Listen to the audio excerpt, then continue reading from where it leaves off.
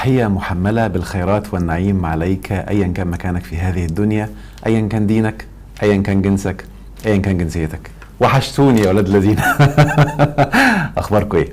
إن شاء الله دي تكون بداية سلسلة جديدة بنعملها عشان رمضان أو فترة رمضان الفترة دي.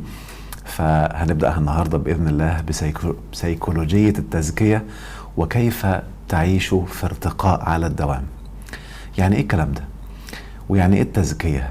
وخليني بس أقول تمهيد بسيط مع بعض المصطلحات. أنا بحب لأن حصل معاني كتير للمصطلحات، وإحنا عندنا حتى لما بنعمل أي حاجة أو أي بحث علمي في مناهج البحث لازم أكون محدد المصطلحات، لأن ممكن تكون الكلمة عندي اللي أنا أقصدها ليها معنى مختلف عندك أو مختلف عند ناس كتير.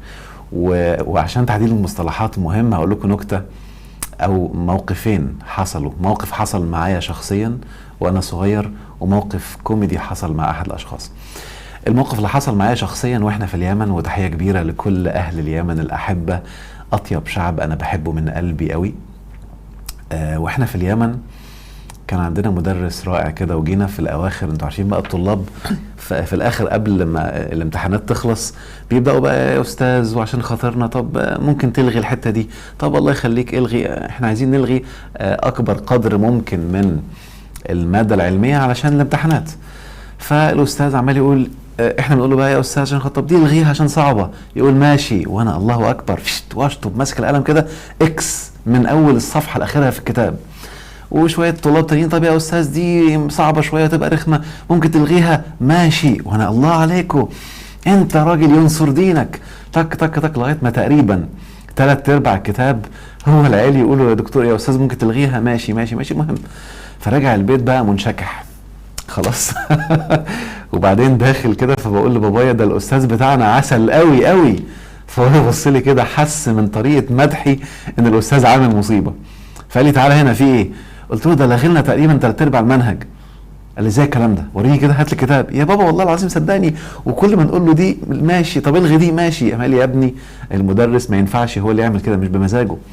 المهم فتح الكتاب لقى الحاجات اللي ملغيه مهمه جدا واساسيه، يعني لازم يكون الطالب في سننا دارسها.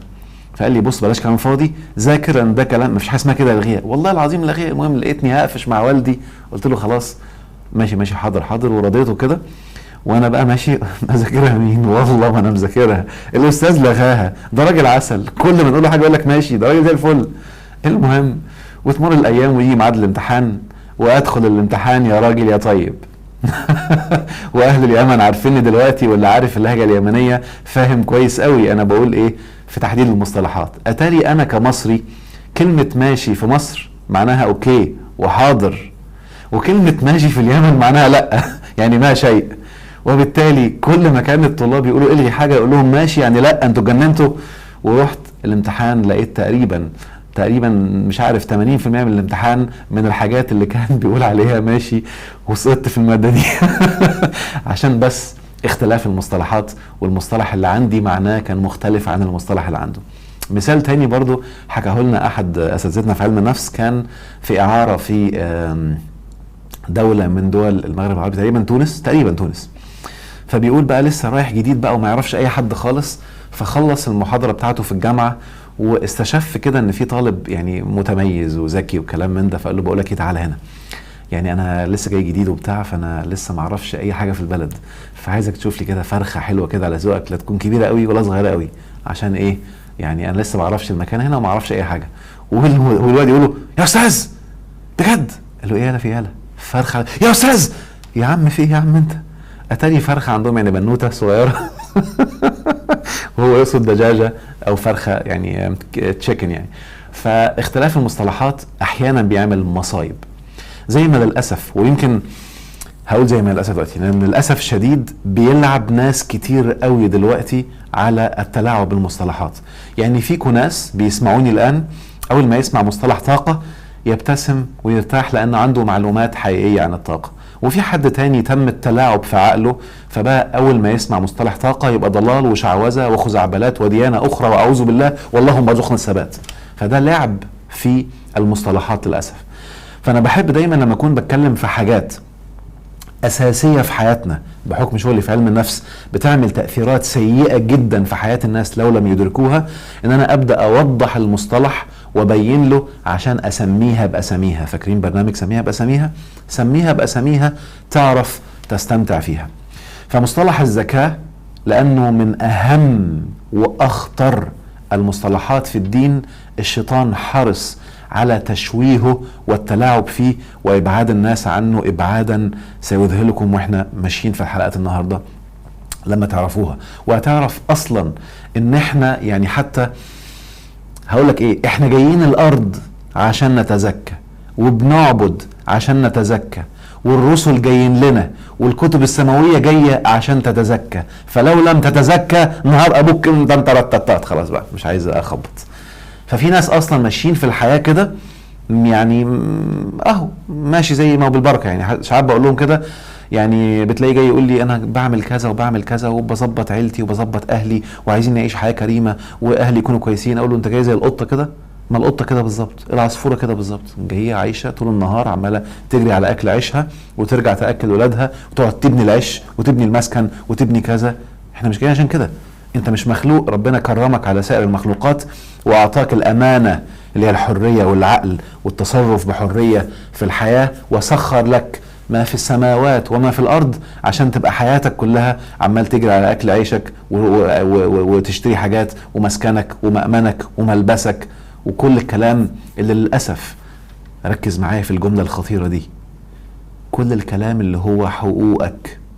وأنا بقولها دايما كتير أن إله الكون لم يأمرنا نهائيا بأن نسعى لحقوقنا. وركزوا معايا وفكروا فيها كويس قوي وتأملوا اللي حواليكم، هتلاقوا كل حد بيسعى لحقوقه هم في الغالب من المعذبين في الأرض. وفي ناس بتفني عمرها كله جريا وراء حقوقها وفي الآخر الدنيا معاها بتبوظ. عشان كده هتكلم النهاردة عن أهم جزء احنا جايين الأرض ومهم نكون نسعى ليه، وهو السعي من أجل تزكية النفس. إن أنا أتزكى، ده أهم سعي أنا جاي الأرض عشانه. وكل الكتب السماوية جاية وكل الرسل أرسلهم الله سبحانه وتعالى لكي نتزكى. فإذا لم تتزكى وحد أخدك وقعد يلعب معاك في حاجات كتير ما أنزل الله بها من سلطان، يعني هتكون بتضيع وقت وبتمر بك الحياة وانت مش منتبه، وتكون من الذين ضل سعيهم في الحياة الدنيا وهم يحسبون، هو بيحسب أنهم يحسنون صنعا. وخلي بالك، اللي ضل سعيه في الحياة الدنيا وهو يحسب أنه يحسن صنعا، ركز في السمات دي كلها عشان تشوف قد تكون أنت منهم ولا لأ. واحد عنده معاناة وآلام كتير، يعني دايما بيكون مخنوق حزين متعذب خايف متوتر قلقان، فدايما في المشاعر السيئة. رقم 2 دايما ميسر للعسرة، يعني الصعوبات بتجيله بسهولة، الدنيا بتلخبط بسهولة، يعني ممكن يقعد يعافر ويجاهد ويبذل جهد عنيف عشان يوصل للإيجابي. وأسهل حاجة عنده السلبي، أسهل حاجة النهاردة خارج مثلا يتفسح ولا عايز يقضي وقت حلو، عمال يخطط ربنا يستر اليوم ما يبصش، الحياة ما تبصش، وفي ثانية ممكن موقف صغير يقلب اليوم جحيم ويقلب اليوم عذاب. فده بسميه الميسر للعسرة. دي من علامات ان انت من الذين ضل سعيهم، السعي بتاعك غلط في اتجاه غلط، لسه حتى ما عملتش اول درجات التزكية. رقم 4 دايما عنده رزق اقل مما يريد، يعني انت عاوز حاجات تريد تشتري حاجات، دايما الرزق بتاعك اقل من اللي انت عايزه، بغض النظر انت ايه، لان كل واحد بحسب وعيه اللي عاوزه بيزيد. وبالتالي انت من علامات انك ماسك التراك غلط ان انت نفترض ان انت في الوعي المادي قليل شوية، فانا عايز موبايل معيش فلوسه، عايز حتى يبقى عندي بيت ملك ما عندكش فلوسه، عايز يبقى عندي مثلا سيارة توصلني ما عنديش فلوسه. لو كبرت شوية يبقى انا عايز اعمل تطوير للشركة بتاعتي واخليها ضخمة وعندي فروع كتير ما عندكش فلوسها، عايز ان انا اجيب منتجات كتير عشان لما اجيب منتج اكتر وكمية اكبر هجيبها بسعر اقل فوفر الاسعار، ما عندكش فلوسها، مزنوق دايما. حد بيفكر اعلى واعلى ان انا دلوقتي عاوز اعمل نفع اكبر وعاوز اجيب مثلا يا سيدي طيارة ما عنديش فلوسها. المهم ان المحصلة ان انت اللي انت عايزه دايما الدخل بتاعك اقل منه، فدي من علامات ان انت تضل السعي وعمال يعني بتعاني في الحياة. وخلي بالك العلامة دي، او خليني اقولها بدقة تانية، يزداد اشارات انك تضل اكتر ان انت بتكون مزنوق ماديا. خلي بالك انا قلت ايه؟ قلت من علامات انك ضل سعيك في الحياة الدنيا ان انت اللي انت عايزه معاك فلوس اقل منه. طب تخيل بقى لو الفلوس قلت لدرجة انك بقيت مديون، محصلة حياتك ديون، معناه انك في ضلال رهيب جدا جدا جدا، ودي كارثة، والموضوع ده اقل من درجة الفقر حتى. من ضمن علامات تانية ودي مهمة قوي، ان انت مش عارف انت عايش ليه. فانت حياتك كلها الصرف المادي بتاعك صرف على الاشياء المادية، بتصرف على الجسد، بتصرف على الملابس، بتصرف على السكن، بتصرف على التنقلات والمواصلات، بتصرف على الاتصالات اكتر ما بتصرف على التزكية، اكتر ما بتصرف على الحاجات المهمة اللي في حياتك. وبالتالي دي من علامات انك ماشي في تراك غلط، ومن علامات جذب الفقر للاسف الشديد، ومحدش واخد باله منها، ومحدش اصلا، يعني حتى انا عندي كورس في الموضوع ده اسمه قوانين الاستحقاق، ان من علامات استحقاق الفقر او ضيق الرزق انك تكون مصاريفك معظمها كله في الاتجاه الخارجي او الاتجاه الظاهري او الاتجاه المادي. وده ناس كتير بيتصدموا في الدورة ان ايه ده، انا عمري اصلا ما حسبت انا بصرف فلوسي في انهي اتجاه اكتر معايا. يعني لو ركزتوا كده وديت مثال مادي بسيط، هتلاقي كل الاباء الاذكياء اللي كانوا بيصرفوا جزء كبير جدا اللي كانوا بيصرفوا جزء كبير جدا من المال على اولادهم في التعليم ولم يبخلوا في العلم، هتلاقي بعد كده هذا العلم كان استثمار، وده صرف صح. صرف على العلم والتعلم اهم 1000 مرة من الصرف على اللبس. لما تلاقي الاباء بيعملوا كده وبيصرفوا على ابنائهم كده، هتلاقي الابناء بهذا او النتيجة لهذا الاستحقاق في وظائف رائعة جدا، وبيكسبوا كويس قوي، وقدر يطور نفسه لانه بيصرف على التزكية، ومن ادوات التزكية العلم زي ما هنتكلم بعد شوية. طيب خليني بس اوضح بعض المصطلحات، علشان زي ما قلت الشيطان بدأ يلعب وضيع المصطلحات وفرغها من معانيها الحقيقية. فمصطلح التزكية، لو انت النهاردة قلت قدام اي حد دلوقتي عن الزكاة واهمية الزكاة، ايه الوعي اللي هينشأ في عقله؟ ايوه، الله عليكم، شكرا جزيلا. ايه الوعي اللي هينشأ في عقله؟ الوعي اللي نشأ في عقلك دلوقتي ان كلمة الزكاة بقت مربوطة بالمال. حلو كده؟ وده اكبر تحريف للأسف الشديد حصل في تراثنا، ان قصر كلمة الزكاة على المال، رغم ان في نفس تراثنا هتلاقي تعريف الزكاة لغة هو المعنى بتاعها السليم. فهمت اقصد ايه؟ بس دايما كده يعني معلش يسامحني يا رب، سامحوني حبايبنا ويعني الناس اللي بنقدرهم اللي شغالين في الدين او اللي بيتعاملوا في الدين، ان انا بكون قاسي شوية في الحتة دي، فمعلش تقبلوها مني. في مصطلح بيتقال عليه دايما في تراثنا اللي هو معنى الكلمة لغة، خلاص، ويقوم راكنك اللغة على جنب ويقول لك معنى الكلمة اصطلاحا. وكلمة اصطلاحا في الغالب بيكون اتاخد لمنحى تاني خالص غير اللي ربنا يقصده، والناس بيمسكوا في المعنى الاصطلاحي ويسيبوا المعنى اللغوي. ودي بالنسبة لي كانت غريبة جدا، وكانت انا بعتبرها أداة من اخطر الادوات اللي بدأت تبعد الناس عن المسار الصحيح. يعني مثلا لو شفنا الحلقات اللي فاتت، معنى كلمة الدعاء دعوة، فالدعوة لغة ان ادعو حد، ادعوه انه يجي او ادعوه انه يعمل حاجة، هتلاقي اصطلاحا اتخذ بمعنى تاني. الشهادة لو حد بيشهد تلاقي لغة معناها شهد شيء، وتلاقي اصطلاحا خدك في اتجاه تاني خالص. فهتلاقي دايما المعنى الاصطلاحي في الغالب بياخد الناس لمجرى خطير جدا جدا جدا. فعشان ابدأ بالمصطلحات هديك صدمة، وانا عايزك تكون متقبل ان الحلقة دي هيكون فيها بعض الصدمات، قد تكون قاسية شوية عليك، وقد تكون مريحة، وقد تكون تحس انها مش صدمة ولا حاجة. كل ده بحسب انت فين بالظبط على تراك التزكية او تراك الوعي. فهبدأ بصدمة صغيرة شوية وبعد كده ادخل في المواضيع. في امر قرآني او فعل اسمه الصدقة، وفعل الصدقة هو الفعل الخاص بالمال، خلاص كده. فالصدقة في القرآن بنص القرآن إنما الصدقات للفقراء والمساكين والعاملين عليها، تكملة الآية وآخر الآية، وارجع المصحف وتأكد، فريضة من الله. حلو كده؟ فالصدقة فريضة. خلاص؟ في موروثنا الجميل تم يعني تكذيب آيات القرآن بأي بقى مبررات، سيبك منها، النص واضح. الصدقة تحولت بقدرة قادر إلى سنة، والزكاة خلوها هي الفلوس وخلوها فرض. حلو؟ المهم، فالصدقة اللي انت يعني ركزوا معايا، المصطلحات مهمة قوي، ومصطلحات القرآن دقيقة جدا جدا جدا جدا، وبالتالي اي تلاعب في مصطلح هو ده اللي اسمه في القرآن تحريف. يعني ايه؟ اللفظ يفضل زي ما هو ويتحرف المعنى بتاعه في العقل، يعني اديك معنى تاني، definition تاني، رؤية تانية عن الاسم اللي محطوط، وبالتالي ده بيخليك تشت وتبعد عن الطريق.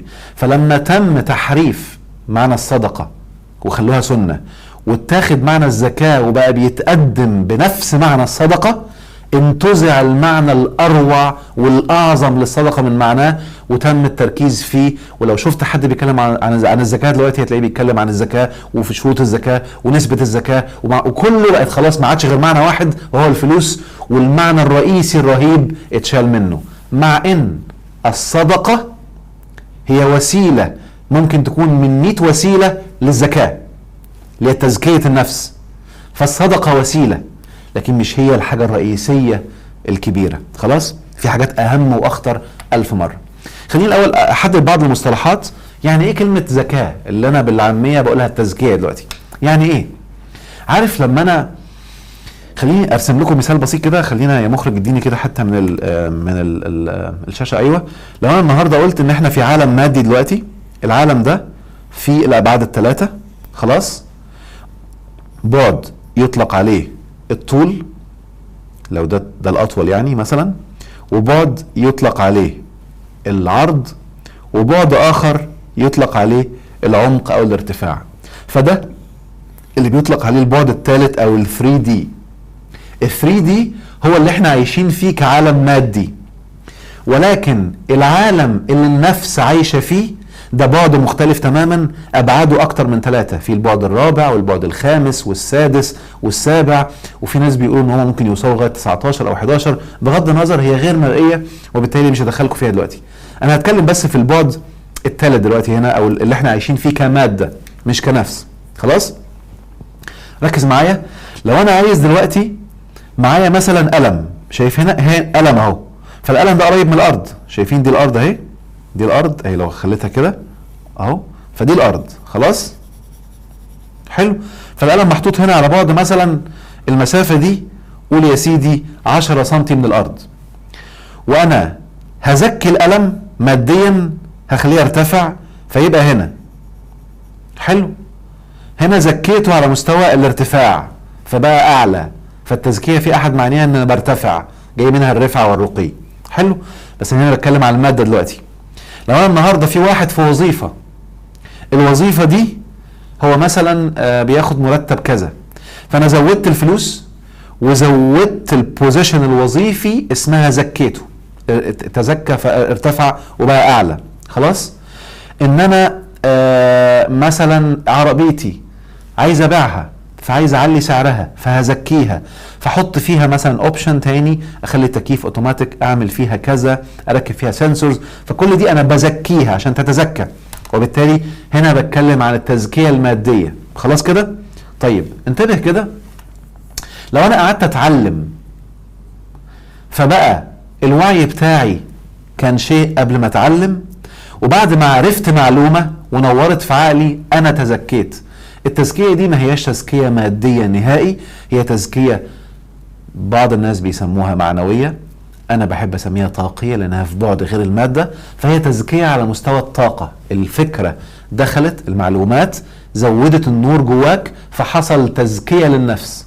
وبالتالي أنت الآن في تزكية ملهاش علاقة بالمادة خالص، اللي جاي منها إن أنا لما ركز معايا كده، أنا دلوقتي بعض الناس ربنا حتى قال وتحبون المال حبا جما. بعض الناس المال بيحبوه حب لدرجة انه اطلع فلوس لا، فيبدأ يبقى بخيل. فلما يكون بخيل معناها ان نفسه عمالة تتدسى.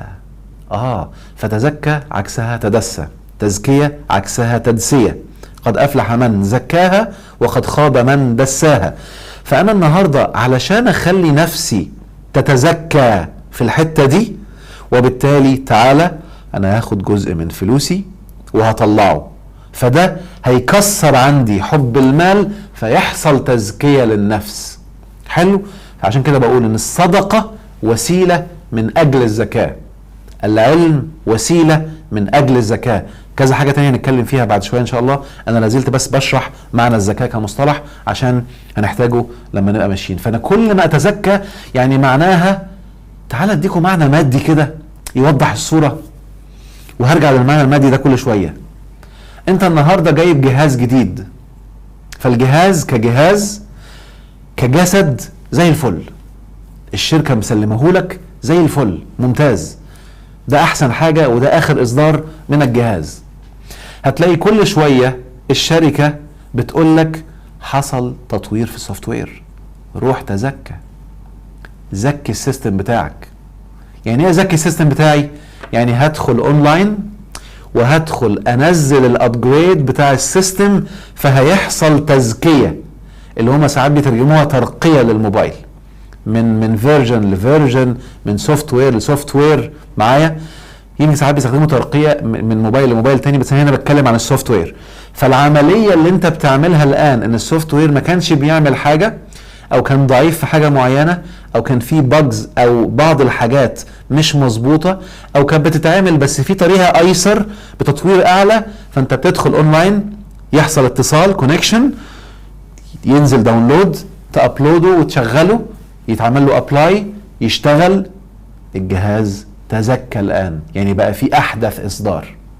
فنفسك كذلك كده، انت كانسان معاك النفس ومطالب دايما انك تكون بتعمل لها ابديت وابجريد، بتطور بتطور بتطور، بتزكي. حلو كده؟ ده معنى التزكية. فكل ما النفس تزكت، خد المفاجأة بقى، انا بس كاتب الايات عشان ما تهربش مني، جنات عدن تجري من تحتها الانهار خالدين فيها وذلك جزاء من تزكى. ايه يعني؟ كأنك يا رب بتقول ان عشان اخش الجنة وادوقها ده جزاء اللي بيتزكى، وانك اللي انت منزله لنا ده من كتب ده جزاء التزكية. ايوه، فانت اصلا جاي تتزكى. وخد الجملة اللي هقولها الخطيرة دي حلقة في ودنك، انت جاي الارض تتزكى، والتزكية مصلحتك، فيا هتتزكى بإرادتك وبمزاجك، يا الله سيزكيك بحاجات تانية. الآخر أو من الآخر هتتزكى، يعني هتتزكى. أنت جاي هنا من أجل التزكية. أنت جاي من أجل التزكية. حلو كده؟ طيب، قلنا معنى التزكية. تعالوا بقى أتكلم في معنى خطير تاني ومهم تم تشويشه والتلاعب فيه من وجهة نظري برضو، ومش هينفع تعمله، ومش هينفع تعمل التزكية لما تكون فاهم المعنى ده وكذا معنى تاني. وللأسف كل المعاني أو معظم المعاني المتعلقة بالتزكية تم تحريف الأصول بتاعتها أو معانيها. معنى المشيئة. حلو كده؟ معنى المشيئة أو مختلف عن الإرادة. إيه الفرق بين الإرادة والمشيئة؟ الإرادة معناها أنا قاعد دلوقتي أهو وبقول لك أنا أريد أشرب مية، أنا أريد أشرب مية، يا فرحتي خليك أريد للصبح وبعدين يعني. فالإرادة معناها فكرة تكونت داخليا، فيها رغبة، فيها حب، ولكن ما عملتش أي سعي مادي عشان يحققها. ممكن تعمل سعي نفسي لكن ما عملتش مادي، عملت تتخيل، ده سعي نفسي، بتحس مشاعر، سعي نفسي. فأنت الآن طالما لا زال السعي في نطاق النفس يبقى أنت في حالة إرادة. طب مشيئة معناها إيه؟ عندما تأخذ بشقي السعي، زي ما قلناه قبل كده في كورس قوة كلمة وتفكير، سعي النفس وسعي الجسد، لما تاخد بشقي السعي فتعمل سعي النفس مع سعي الجسد فيصبح الشيء مجسد ماديا في الأرض، دي اسمها المشيئة. المشيئة ان انت بتعمل سعي النفس مع سعي الجسد لغاية ما النتيجة تحصل. ايه رأيك لو قلت لك ان انت المخلوق الوحيد، وركز معايا كويس قوي بالله عليك عشان دي هتحل مصايب كتير ناس واقعين فيها، انت المخلوق الوحيد الذي اعطاه الله سبحانه وتعالى المشيئة. الجن، الشياطين الله سبحانه وتعالى مديلهم إرادة ولم يديلهم مشيئة. يعني ايه الكلام ده؟ لم يعطيهم مشيئة. يعني ايه الكلام ده؟ يعني لو كان الشيطان دلوقتي عنده مشيئة كان قدر يوقف زوري ويوقف قلبي. القلب مادة ما يقدرش يوقفه، ما كان خلاص ليه يقعد يوجع دماغي؟ ما انتوش ملاحظين اللي بيقعدوا يتكلموا عن الجن والعفاريت هو بيقعد يتكلم في حاجات هبله؟ الجن اهبل وعبيط يقعد يخوفك ويرعبك وتبقى قاعد في اوضتك يوم معدي يجري، ده جن عبيط اهبل يعني. ايه في ايه؟ وبالتالي لو الجن عنده مشيئه كان دخل وقف لك قلبك خلاص. تيجي تقرا قران يقوم قافل لك الصفحه مثلا. تيجي مثلا سايق عربيه يقوم يعني شايل لك النظر من عينيك لمده 5 دقائق تعمل حادثه، كان خلاص شكرا. لو كان الجن عنده مشيئه والشياطين لو كان عندهم مشيئه. عشان كده الشياطين يريدوا، بصوا كده خلي بالك المعاني المصطلحات بالنسبه للبشر مختلفه تماما عن نفس المصطلح بالنسبه للاله. يعني عشان تكون دي واضحه، الله يصلي وانا اصلي، ان الله وملائكته يصلون، ده مصطلح يصلي، وانا اصلي. بس المعنى اصلي بالنسبه للبشر مختلف عن معنى يصلي بالنسبه لله. معنى تاني، انا بغضب والله يغضب. المصيبه ان لما ياخدوا نفس معنى يغضب للبشر ويحطوه على الله، ومعظم كلمات التراث خدوا معنى الغضب البشري واسقطوه على الله بمنتهى قله الادب للاسف الشديد. ده تعدي على الاله. خلوا الغضب للاله انفعال والله لا ينفعل، ودي كارثه. المهم، وبالتالي المصطلحات نفس المصطلح لما يكون على البشر ما ينفعش يكون نفس معناه على الاله. فالاراده على البشر ده معناها ان انا بعمل سعي طاقه زائد سعي ماده، سعي نفس زائد سعي جسد. الاراده لله معناها مختلف تماما. عشان كده الله يريد، والله يريد ان يخفف عنكم ويريد الذين يتبعون الشهوات ان تميلوا ميلا عظيما. خليهم يريدوا. هو مش هيعرف يعمل لك حاجه طالما هو لا زال يريد، لكن هو بيوسوس، والوسوسه سعي نفس لكن مش ماده. فاخر الشيطان انه يديك وسوسه، انت بقى بتاخد الوسوسه لانه يريد انه يضلك، وتقوم تاخد الاكشن لان عندك المشيئه تحول هذا الشيء الى واقع. فهو كده ساعتها قدر يخليك تكون واقع في ماده سيئه باستغلال مشيئتك انت.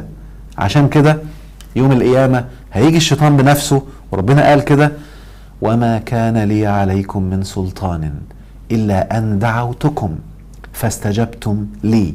استجابتك هي اللي حولت إرادة الشيطان إلى مشيئة، والمشيئة معناها خروج الموضوع من عالم الغيب إلى عالم الشهادة، أو من عالم الخلق أو من عالم الأمر إلى عالم الخلق.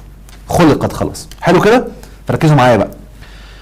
فأنا كبشر عندي مشيئة. يعني إيه عندي مشيئة؟ يعني سعي بأخذ بالأسباب للوصول للنتائج. وبالتالي ربنا قال لنا في القرآن: لمن شاء منكم أن يتقدم أو يتأخر، كلا إنها تذكرة فمن شاء ذكره. حلو كده؟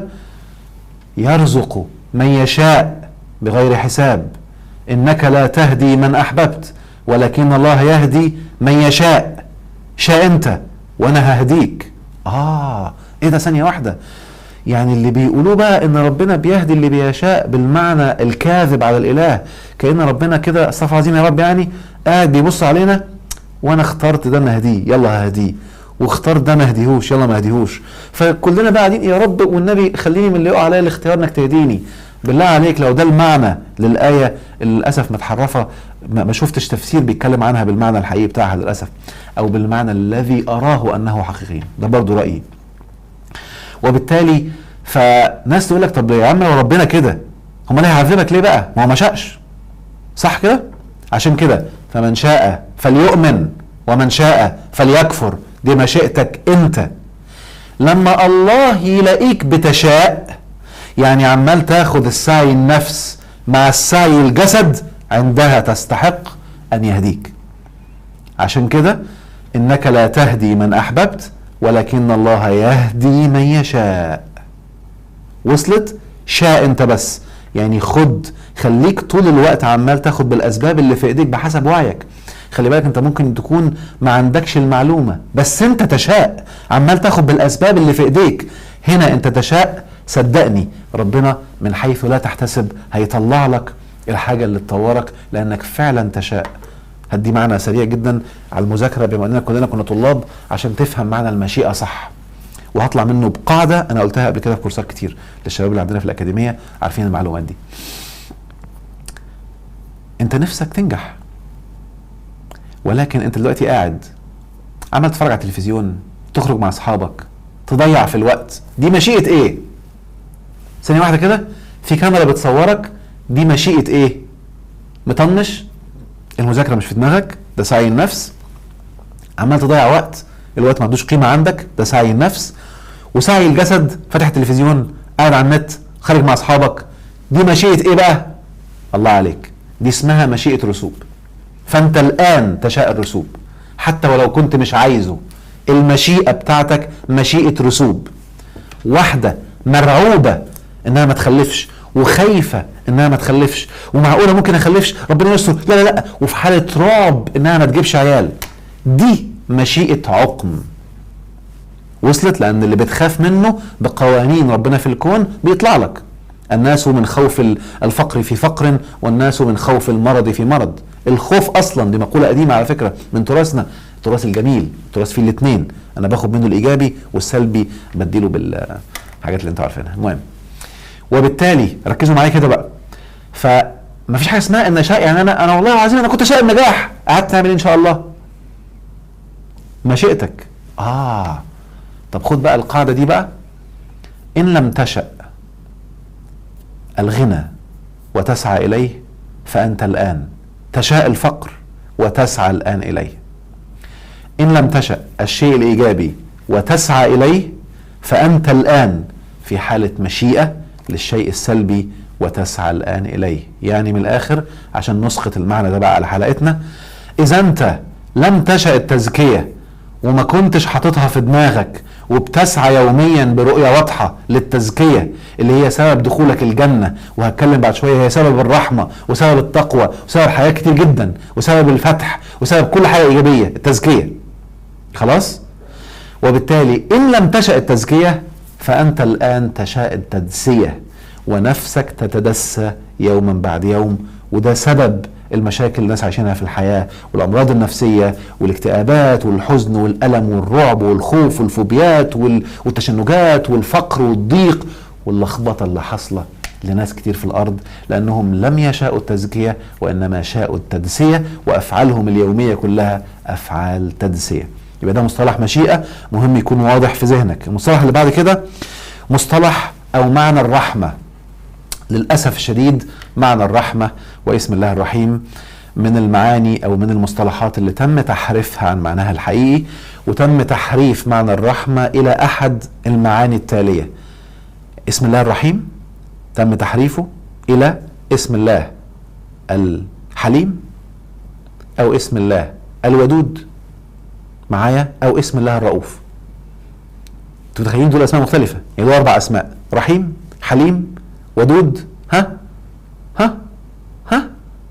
تاني، رحيم، حليم، ودود، رؤوف.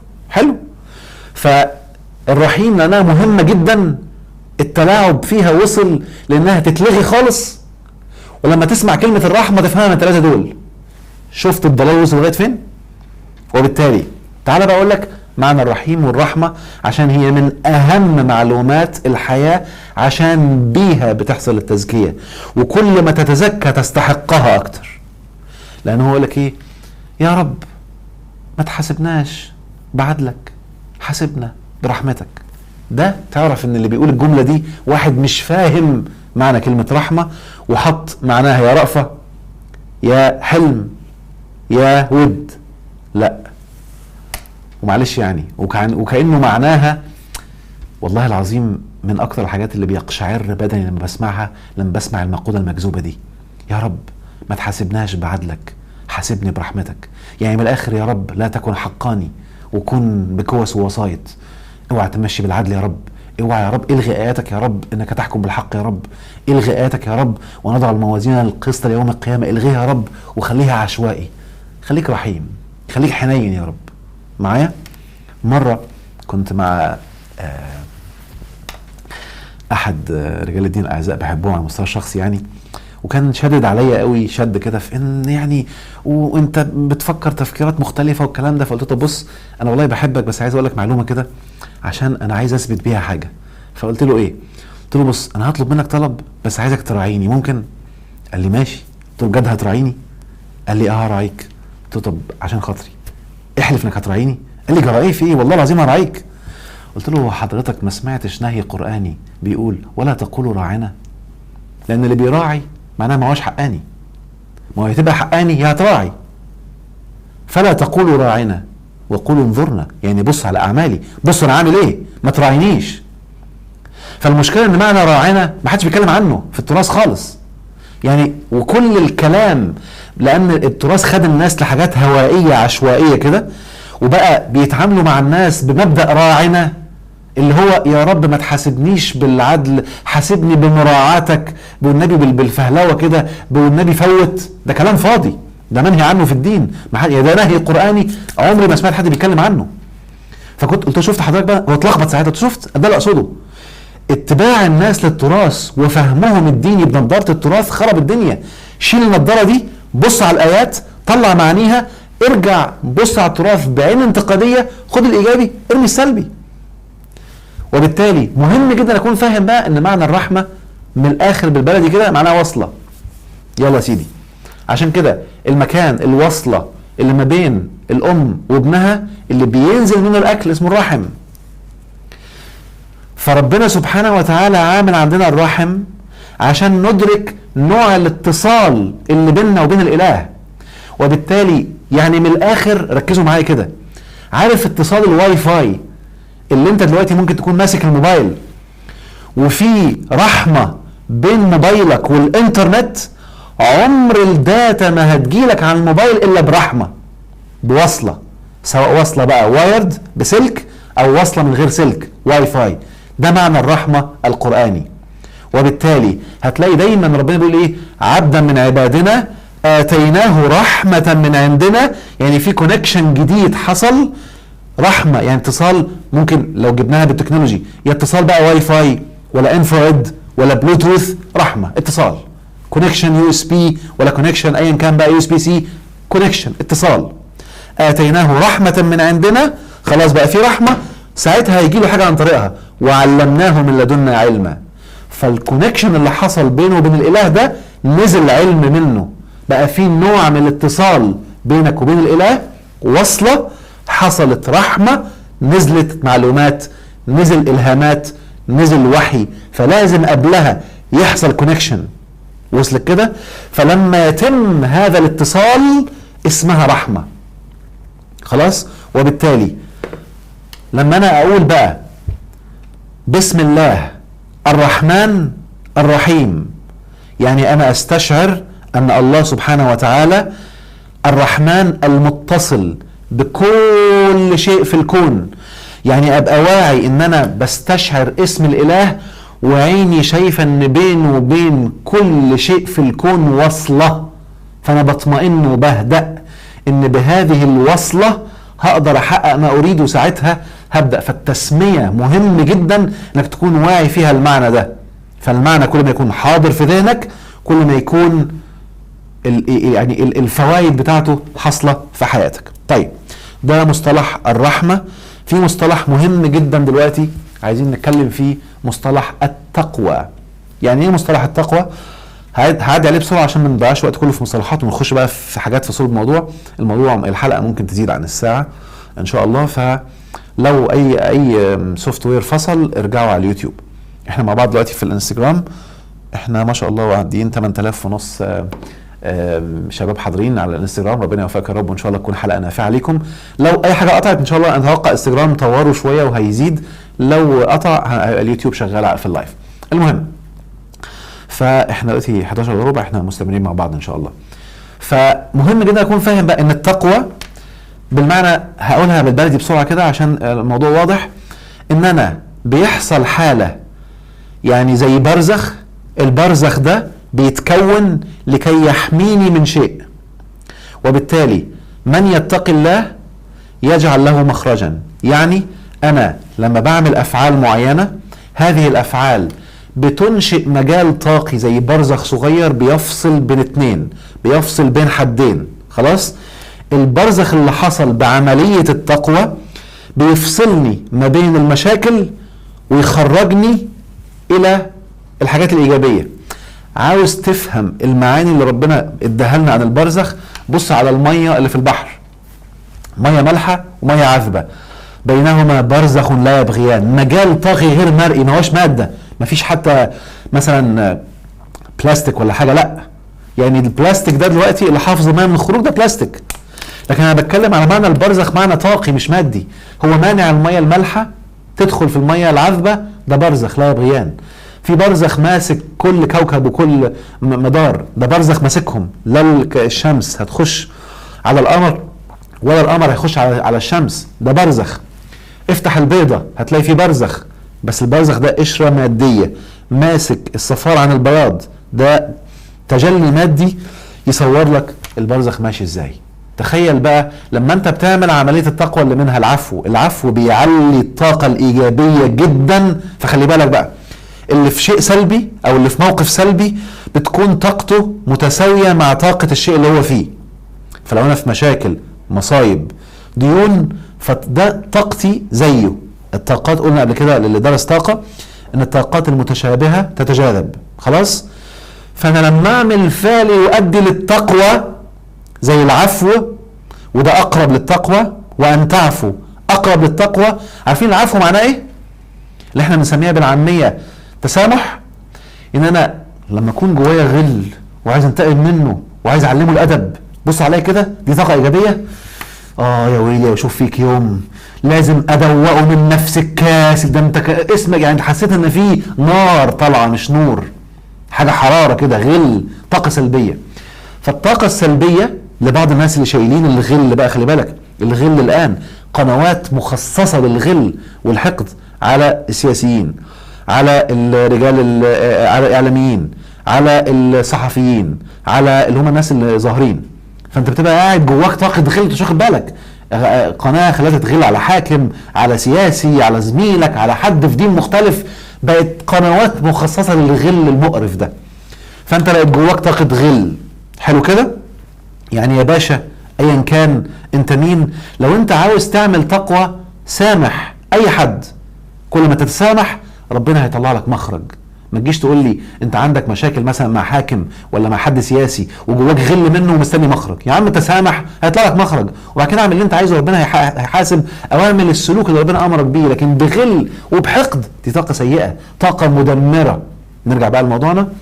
لما انا جوايا غل وجوايا حقد فدي طاقه سيئه تتماشى مع الموقف اللي انت فيه.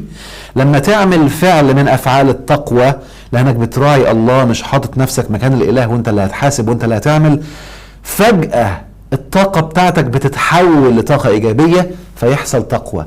يعني يحصل برزخ يحميك من تأثير الشيء السلبي ويطلعك منه بسرعة، لأنك بقت طاقتك إيجابية. وبالتالي مهم تبقى عارف أن أفعال التقوى بتعمل تزكية، فكذلك أمر التقوى بيعمل حالة من التزكية الرائعة المهمة جدا جدا جدا.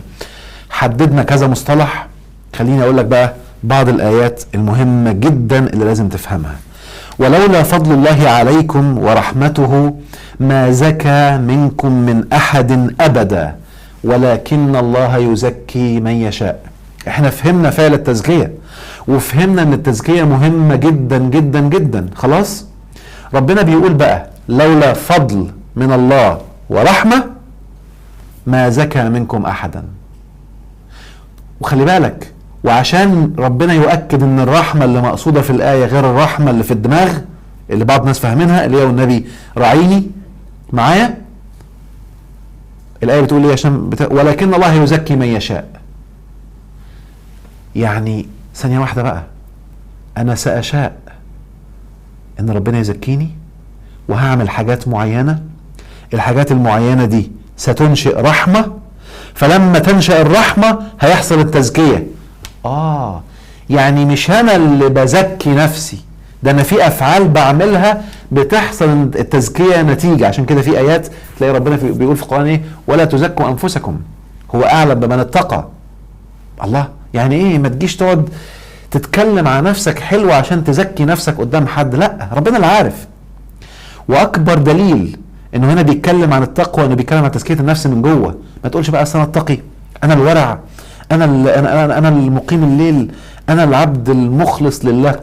لا، ربنا سبحانه وتعالى بيعمل كده، ربنا ادرى مش انت. فما تجيش في وضع، لان ده ايجو، ده نوع من الكبر، ده نوع من الغرور، او نوع من انك مخدوع. لكن انت هتعمل حاجات معينة الله سبحانه وتعالى هيزكيك بيها. يلا نقول بقى اول حاجة تعملها، هم طبعا الحاجات كتير قوي، انا هركز على نقاط، هركز على 7 افعال لما انت تعملها بيحصل التزكية، ولو انت عملت عكسهم هيحصل التدسية. النفس هتتكتم طاقات سلبية والدنيا هتبوظ. بس قبل ما اقول ال7 حاجات دول، هقول حاجة مهمة قوي، ان انت جاي الارض عشان تتزكى. فان شئت التزكية بالرحمة، هتعمل افعال هتتنزل عليك رحمة من الله سبحانه وتعالى. ساعتها هيجيلك الهامات هتطورك وهتزكيك وهتزودك رفعة وترقيك من الترقية. لو انت ما عملتش، ما شئتش التزكية وما اخدتش بالافعال اللي تزكي، ايه اللي هيحصل؟ انت الان شئت التدسية، فنفسك هتكون مشحونة طاقة ايجابية ولا طاقة سيئة سلبية. ما النفس وعاء، عبوة، خلاص. النفس كل ما ان لم تشأ التطوير والتنظيف والتنقية والتزكية هتكون بتتدسى اوتوماتيك. واحد النهاردة سايب الشباك مفتوح بتاع اوضته ولم يشأ التنظيف، لو سبناها اسبوع هيبقى هو شق ايه دلوقتي؟ التراب والعفر والبلاوي الزرقاء. حلو. وبالتالي من لم يشأ التزكية شاء التدسية.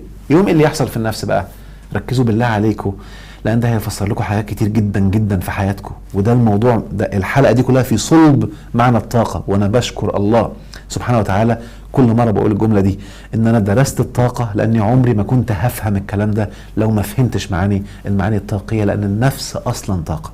ركزوا معايا. لم تشأ التزكية فالنفس تدست، فبقى فيها الشح، ظهرت الامراض النفسية بالمعنى القرآني. انسوا علم النفس دلوقتي، يعني اصلا التسمية بتاعت الامراض النفسية في علم النفس ده برضو موروث نفسي غلط. الامراض النفسية في القرآن معناها مختلف، امراض النفس غير الامراض اللي في علم النفس. فركزوا معايا هنا. فان انا يعني مثلا طيب عشان ما ادخلكوش في تفاصيل تانية، هدي مثال بعد شوية. هو في قنبلة ذرية بس بعدين هجيله، حاضر، لو بشرح الحتة دي. فطول ما انت في حالة تدسية، ايه اللي بيحصل؟ بتبدأ النفس تعبي طاقات سلبية، تعبي طاقات سلبية، تعبي طاقات سلبية، تقوم تجذب لحياتك الابتلاء. ايوه، يعني اللي بيشاء الابتلاء، يعني عايز الابتلاء يجيله، ما تزكيش نفسك. يلا يا سيدي. فالابتلاء هو حاجة ربنا عاملها خير لينا، تيجي تنظف الطاقة السلبية اللي عندك، تغسلك من السواد اللي انت فيه، تنظفك، تزودك ألم عشان تحرق. ما خلي بالك النار اللي بتولع جوه دي هي نار بتحرق الطاقة السلبية. حلو كده؟ فبتزودك نار عشان تحرق أكبر كمية ممكنة من السواد اللي في النفس، علشان ربنا بيحبك. وانت للأسف لم تشأ التزكية بالطريقة السوية السليمة. فكل شوية بتجيلك مصايب، كل شوية بتجيلك آلام، فانت كل لحظة ألم هي بتنظفك، كل لحظة عذاب هي بتنظفك، كل لحظة وجع هي بتنظفك، كل لحظة وهن، كل لحظة ذل، كل لحظة مرض هي بتنظفك. ثانية واحدة، ده المرض هو وسيلة تنظيف مادية. لما النفس تكون في حالة تدسية وبقت مليانة طاقة سلبية، فانت اتألمت وبرضه ما تزكتش، وعمال تتوجع وما تزكتش، وكل ده لم تسعى للتزكية، وعمال تعمل حاجات من اللي بتدسي اكتر، فتحتاج بقى حاجة اكبر للتنظيف، فيحصل مرض، فيتجلى المرض في الجسد. ده بيفسر ان في امراض كتير من اول ما تيجي ما بتروحش. طبعا خدوها قاعدة بالله عليكم، كل الامراض المادية عذرا كل الامراض، مش عارف يقولوا عذرا ليه، يعني خلاص، يعني حاجة عادية يعني، ومفيش اي تقليل من الاحترام ليك، احنا كلنا زي الفل، انا بحب اكون الوسط احمدي كده. المهم، كل الامراض النفسية اللي موجودة في الكون، لا العضوية اقصد، اساسها نفسي. سببها نفسي. يعني لا يمكن يتجلى مرض عضوي في الجسد، حلو، إلا لما الطاقة اللي موجودة في النفس تسود، تنتقل من الطاقة النورانية إلى الطاقة الظلام السوداوية، حلو. فلما تسود الغذاء بتاع الخلايا بيتأثر، لأن الخلايا بيجي لها غذاء من المادة الأكل، وغذاء كهرباء، وغذاء طاقة اللي بتاخده من النفس، الهواء الفريش النظيف، حلو. ومن الوعي ومن الافكار. يعني حتى ممكن تكون انت في حاله كسل دلوقتي، واقوم قايل لك فكره، حته فكره ايه، وتدب في عروقك الطاقه. هي دي الطاقه المقصوده بقى. الطاقه دي اللي بتحيي الخلايا، الطاقه دي اللي ممكن تخلي وعندنا ابحاث مذهله في علم النفس اللي بيسموها قوه الاراده. النهارده ضعيفه جدا ومسكينه، وشافت شجره وقعت على ابنها، فركزت في الحياه وفي الانقاذ، فدب في عروقها طاقه لغايه النهارده مش عارفين يفسروها ماديا، واللي دارس طاقه فاهم كويس انا بقول ايه. تدب في عروقها طاقه، تقوم رايحه جري شايله الشجره وشايله ابنها واخداها في حضنها، ويجوا بعد كده الناس 5 رجاله تقال بيلعبوا عضلات وجيم ما يعرفوش يحركوا الشجره دي. هي دي الطاقه اللي انا اقصدها. فالطاقه دي غذاء الخلايا. لما النفس تتدسى، ايه اللي بيحصل؟ تتكبس الطاقه السلبيه على الخلايا، فتبدا تنشا الامراض. وبالتالي يا عزيزي المستمع، ان لم تكن تزكي نفسك فشيء طبيعي انك انت مريت بالحاجات دي كلها. يسلكه عذابا صعدا. الله، صعد يعني في تصاعد عشان تفوق. يعني اصلا عمليه التعذيب والالم جايه تفوقك. زكي نفسك، زكي نفسك، زكي نفسك. حلو. طيب، فانا بقى قررت دلوقتي، وعايزك معايا تقرر. انا من النهارده يا رب، يلا كده انت دلوقتي حالا انوي بنيه صادقه، غمض عينك، ولو حسيت برغبه في البكاء سيبها تطلع عادي بمنتهى الحريه، ما تمسكش نفسك. يا رب، انا اسف يا رب ان انا ما فكرتش من زمان ان انا اعمل تزكية بصدق، ان انا اشاء التزكية. اللهم يا رب العالمين، اني الان اشاء التزكية بحسب الوعي اللي عندي، واشاء التزكية في زيادة معلوماتي حول التزكية، واشاء التزكية لانك امرتنا بالتزكية، وده احد اهم اسباب وجودنا على الارض من اجل التزكية. يا رب خذ بيدي. اللهم يا قوي قويني. اللهم يا عليم علمني. اللهم كما فهمت سيدنا سليمان ففهمني يا ارحم الراحمين. يا رب انوي الان بكل صدق بحسب وسعي ومقدرتي ان انا ابدأ في صراط التزكية الآن، وفي سبل التزكية الآن، في السبل التي ستظهر أمامي الآن، وفي السبل التي ستظهر أمامي في الأيام القادمة. لأني أعي يا رب أنني كلما تدرجت في تطبيقي وسعي في سبل التزكية كلما أريتني أكثر وأكثر، وكلما أخذت بيدي إلى سبيل اليسر بعيدا عن سبيل اليسر، كلما يسرتني لليسرى وأبعدتني عن العسرى. اللهم إني أنوي الآن بكل صدق، على الله توكلت، بسم الله الرحمن الرحيم. ممتاز جدا.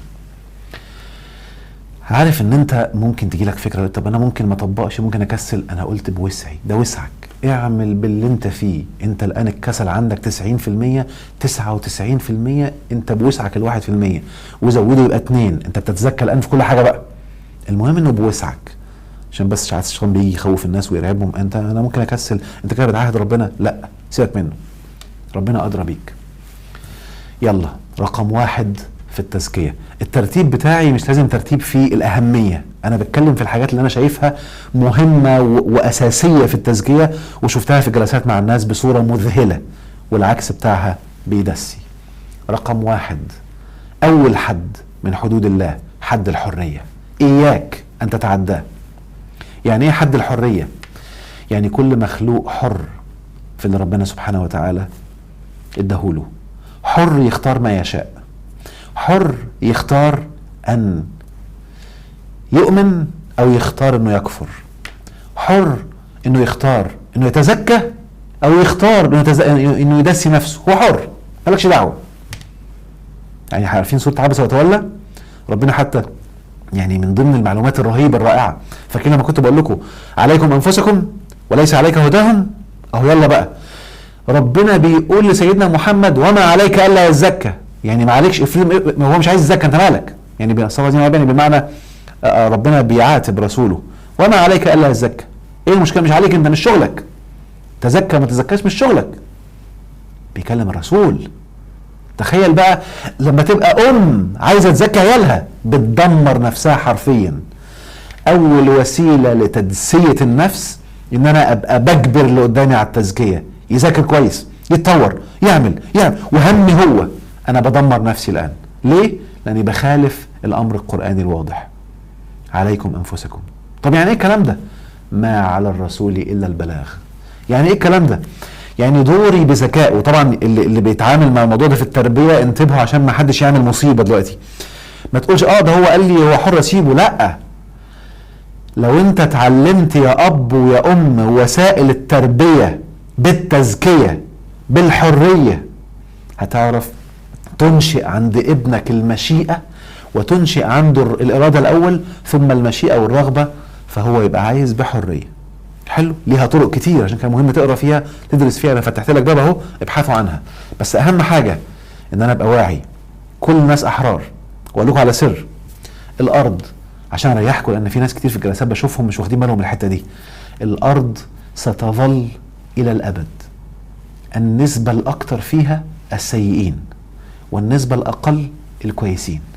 ما توجعش دماغك، ما تغيرش الكون، دي سنه ارادها الله. ليه؟ مش شغلنا.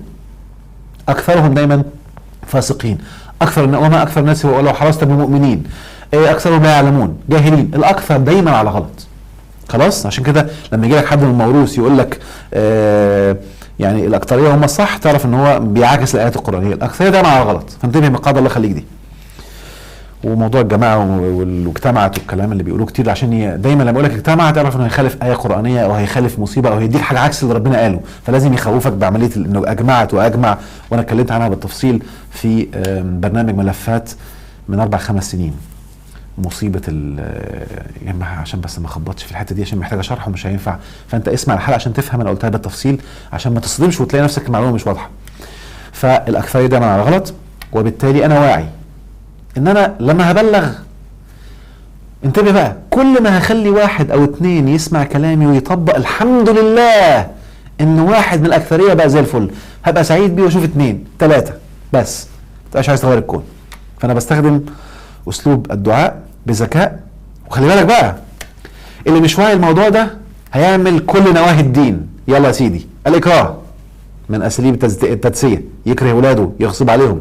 السيطره، يرعب ويخوف. للاسف معظم رجال الدين خدوها كمنهج للدعوه، دي مصيبه سودة، ده بيدسي. خلاص كده. وذاكر انما انت مذاكر ليس عليهم مسيطر. هتبدا تحط احكام، ده ابن كذا، ده كذا، ده مصيبه. الاحكام والتصنيفات من اسوأ انواع التدسيه. وخلي بالكم بقى، الاحكام لما تحطها على شخص، ركز معايا كده، هديكم مثال فج واضح قوي صريح. لو زوج بيزني، يلا يا سيدي شوف بيعملها فاحشه كبيره اهو، ومراته اللي المفروض انها رائعه وكويسه، بس انا هقول ليه قلت كلمه مفروض، شافت وعرفت انه بيزني، ليه هي اللي بتتألم وتعيش في نار مع انه اللي بيعمل الحرام؟ لانها عملت حرام ألعن منه، اللي هو الحكم والتصنيفات والمصائب السوداء دي. ايه؟ اللي يحط حكم على حد جزاؤه عند ربنا ألعن من الزنا، والاثنين حرام، عشان ما حدش يفهم كلامي غلط. اللي بيحط حكم على حد مصيبته سوداء، ده من اكبر انواع التدسيه، بيتملي سواد يصحبه نار بسرعه علشان تعمل بالانس. فانتبهوا الله يخليكم. لكن لما نبص بوعي، انا متزكي ان هو بيعمل حاجه حرام دلوقتي، وانا كزوجه هعمل اللي ربنا امرني بيه، وهسعى لان انا اساعده يوقف الحرام. هتبقى في رقي، هتكون في تزكيه، ربنا هينزل. خلي بالكم بهذه السكينه هتختار اكمل معاه او ما اكملش، في سكينه برضو. يعني انا مش بتكلم على السلوكيات، انا بتكلم على الحاله النفسيه، ان النفس ما تعبيش طاقه سيئه هيحصل فيها نار. خدوها قاعده كده، الطاقه السيئه هي اللي بتعمل العذاب والالم، فبمقدار اللي انت حاسه من عذاب مقدار اللي انت حاسه من الالم. عشان كده يمكن كنت انا دايما لو لاحظتوا قبل كورونا كان دايما قبل رمضان باسبوعين اطلع بكورس الطاقه نعمل عنه اعلان، والناس بتيجي من كل حته في العالم. ليه؟ لان ده كان انسب وقت ليه. رمضان داخل دلوقتي، فالطاقه تدرسها، تفهم ازاي تنظف هذه الطاقات عشان تخش رمضان تعمل التزكيه باروع ما يكون. حلو. يمكن هو دلوقتي بقى خلاص على الاكاديميه ما عادش له مناسبه بقى متاحه على طول للناس. فانا بقول لك الان دلوقتي انت فاهم ان انا مش عايز اعيش التزكيه دي، التدسيه دي، مش عايز اعمل اللي يدسيني. فرقم واحد، الناس احرار، دوري اتامله، ما صنفوش لانه مكرم. ثانيه واحده، ده لو انا حطيت حكم فانا بنزله الله عليك. فانت بكل تدسيه دستها لحد انت ستدسى. لكن شوفوا مكرم زي ما ربنا كرمه، مكرم مخطئ، مكرم بيعصي، مكرم بيذنب، بس مش ابن كلب كذا كذا، مش عايز القرف، مش ابن تيت والفاسق دي مصيبه. خلاص؟ يبقى دي رقم واحد، ان ارى الناس. واول حد من حدود الله حد الحريه، فلا اجبار، لا سيطره، لا احكام. دول الثلاثه اللي بيعملوا التدسيه قصاد الموضوع بتاع الحريه. رقم اتنين، علي نفسي، انا مركز على نفسي. طب ما هي شبه الاولانيه؟ لا، الاولانيه انا شايف الناس، ما انا بتعامل معاهم فانا شايفهم احرار، ما انا ممكن اشوفهم احرار وانسى نفسي انا كمان. التانيه بقى ان انا مركز ان انا كل يوم بتطور، وبتطور في المجالات كلها. اكتب معايا، بتطور في المجال العلمي، بتطور في مجال المادي، بتطور في مجال الصحه، بتطور في مجال العلاقات، بتطور في مجال الروحاني بيني وبين ربنا. فانا عامل خطه كده كل يوم انا فين. انا مركز لان عليا نفسي فانا بطورها. فانا لو انا سايب الايام بتعدي كده من غير ما ابقى شايف انا فين وبطور قد ايه وماشي ازاي، دي مصيبه. ان لم تشأ التزكيه فانت شئت التدسيه. بالله عليك تخيل بس عملت دي وسبت الباقي، ان انا حطيت خطه كده في المجالات دي كلها، كل اسبوع هرتفع الليفل، ايا كان الليفل هو عندك قد ايه، انت اللي بتقيم، حط درجات من وجهه نظرك. خلاص؟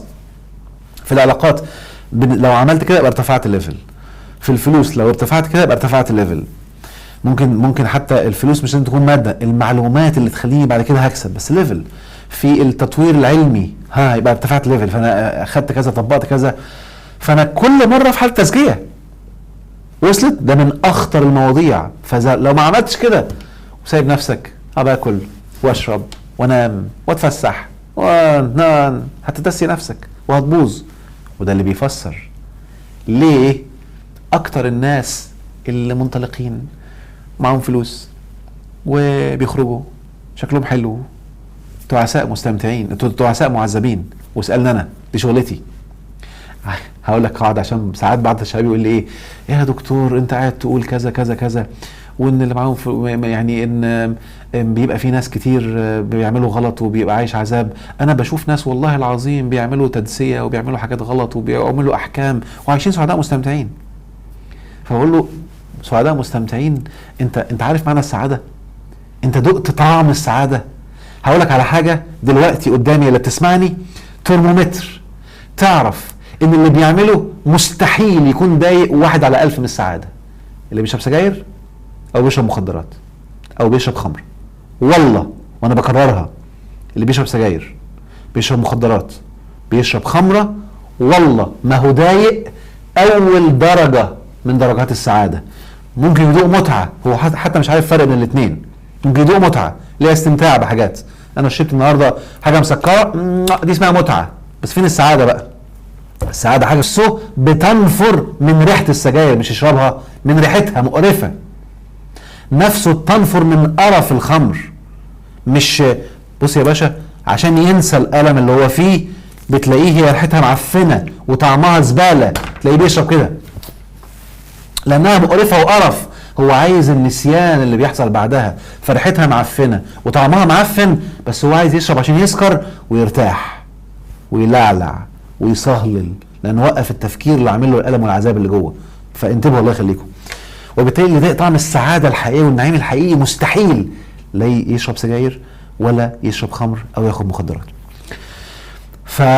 دي النقطة رقم 2. نقطة رقم 3 ودي من أهمية أو من الأشياء المهمة جدا في التزكية، الصيام. عشان كده أنا عملت الحلقة النهاردة عشان تبدأ تطور نفسك وتستعد من أجل رمضان، وأنا أكدت فأنا عامل 3 حلقات عن الصيام، لو سمحت ابحث عنهم دلوقتي. سيكولوجية الصيام 1 و2، وإزاي تستغل وقتك في رمضان وتستفيد وتستمتع بالصيام، دي الحلقة الثالثة، زائد إجابات الأسئلة. أنا أكدت إن فعل الصيام لأنه من أهم أفعال التزكية تم تحريفه. ركزتوا كده؟ ركزتوا إن الحاجات اللي بتكلم عنها اللي هي أصلا سبب وجودك في الأرض والتزكية كله حصل فيه لخبطة. الدين بقى إكراه دلوقتي، وبتجبروا العيال على الحجاب وعلى اللبس وعلى الصلاة وعلى كذا، إجبار إجبار إجبار، اللي هو ضد التزكية أصلا. خلي بالك، هرجع لحتة الإكراه والإجبار. لو أنت أجبرت حد إنه يصلي فقام مجبر إنه يصلي، أنت هتاخد عقوبة من ربنا. دسيت نفسك، صلاته ما اتحسبتش لأن هي مش صلاة ومش برغبته، فزي قلتها. احنا جايين نتزكى فنبقى مشتاقين فنصلي، هي دي التزكية. انتبه، مش إجبار. لو أجبرت بنتك بحسب وعيك تعمل حاجة ولا تلبس حاجة غصب عنها، والله طول مدة عمايلها ما واخدة ثوابها، عشان تبقى عارف يعني، لأن هي معمولة غصب مش طوع. طوع حتى اسمها الطاعة. أنا آسف إن الطاعة متحرفة برضو. الطاعة اتحرفت، شوف كلمة طاعة تم تحريفها في التراث برضو. اقرا كده تلاقي الطاعة معناها لازم، مفروض، اعمل غصب عنك. قدموا معنى الطاعة بمعنى الإكراه، كله تدسية. الطاعة معناها تعملها طوع نفسك باستمتاع. ربنا قال السماوات والأرض ائتيا طوعا أو كرها قالتا أتينا طائعين. فأنت لا يمكن تعرف تعمل الطاعة إلا لما تتزكى فترى الفوائد فتعملها طوع. عشان كده دايما لما بجيب المعنى ده بقول جملة خطيرة جدا: الزوج الذكي هو اللي بيتفنن يخلي مراته تطيعه، والزوجة الذكية هي اللي بتتفنن تخلي زوجها يطيعها. يعني ايه الكلام ده؟ يعني بمنتهى البساطة، وجرب كده اي زوج النهاردة يعملها وشوف الطاعة تبقى طالعة ازاي، عشان ترى في عينيك الطاعة فتزكي نفسك، لانك دي حرية، ومراتك كمان تتزكى. قول لها: حبيبتي انا وحشني اكلك قوي وبستمتع جدا من اكلك، ما شاء الله عليكي، الاكله اللي انت كنت عاملاها دي كانت حلوه قوي، ممكن تعمليها لي تاني؟ هتقوم طوع. اهي دي حاله الطاعه اللي الدين امر بيها. وانت الان لانك واعي الموضوع الحريه، فانت قدمت لها الطاعه وسهلت لها تطيعك. هي دي الطاعه اللي الدين امر بيها، مش يلا قوم اكلي انا جوزك طيعيني بالمعنى الموروث المتحرف اللي بيخليك تدسي نفسك وتبقى يعني غضب ربنا باين عليك ويجي لك امراض. لان اللي بيجبر زوجته ربنا بيجبره يا بضيق الرزق يا بالامراض. فانتبه واسال، مجرب بقالي 20 سنه بقابل جلسات كده والله، اللي بيجبر زوجاته غصب عنها ربنا بيكلبشه وبيجبره يا بضيق الرزق يا بالامراض، لانك لم تزكي نفسك، انت دستها وكبستها أسوأ أنواع التكبيس. فانتبه يا زوج وانتبه يا زوجة، لو انت أم وانت بتجبري ولادك، كل ما تجبري ولادك غصب عنهم كل ما ربنا هيبتليكي بأمراض وبمشاكل، لأن ده إجبار، والأولاد أمانة معاكي، وربنا شايفك لا تحسني هذه الأمانة حتى ما تعلمتيش ازاي تتعلمي تربيهم صح بالحفاظ على حريتهم. انت بتدمريهم، مش واخده بالك، فدي حته خطيره، فانتبهوا الله يخليكم. يبقى رقم 3 الصيام، والصيام للأسف تم تحريفه. هقولها بسرعة كده، إن هدي الصيام فعل، أنا شارحها بالتفصيل في حلقات بس هقولها بسرعة عشان تبقى الرؤية واضحة في ذهنكم وتبقى رايح عارف أنت بتشوف إيه. الصيام فعل. يعني إيه فعل؟ هدي مثال زي الصلاة.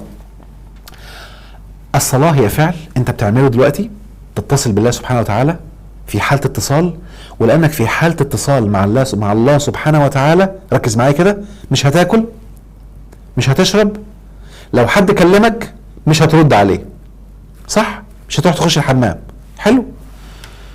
فانت عشان تعمل عملية الصلاة او فعل الصلاة بتجتنب اشياء معينة. لكن ينفع واحد اجتنب الاكل، اجتنب انه يكلم حد، اجتنب انه يخش الحمام، بيقصد بيصلي؟ ممكن يكون نايم، ممكن يكون بيعمل فعل النوم. ما هو فعل النوم برضه لا في اكل ولا في شرب ولا في دخول حمام، ولو كلمته مش هيرد عليك. نفس الفعل اهو، ده فعل نوم ده فعل صلاة، والثلاثه شبه بعض، صح؟ انا بتكلم مش شبه بعض في الفعل، انا بتكلم في شبه بعض في النهي. او في الامتناع او في الحاجات اللي بتوقفها.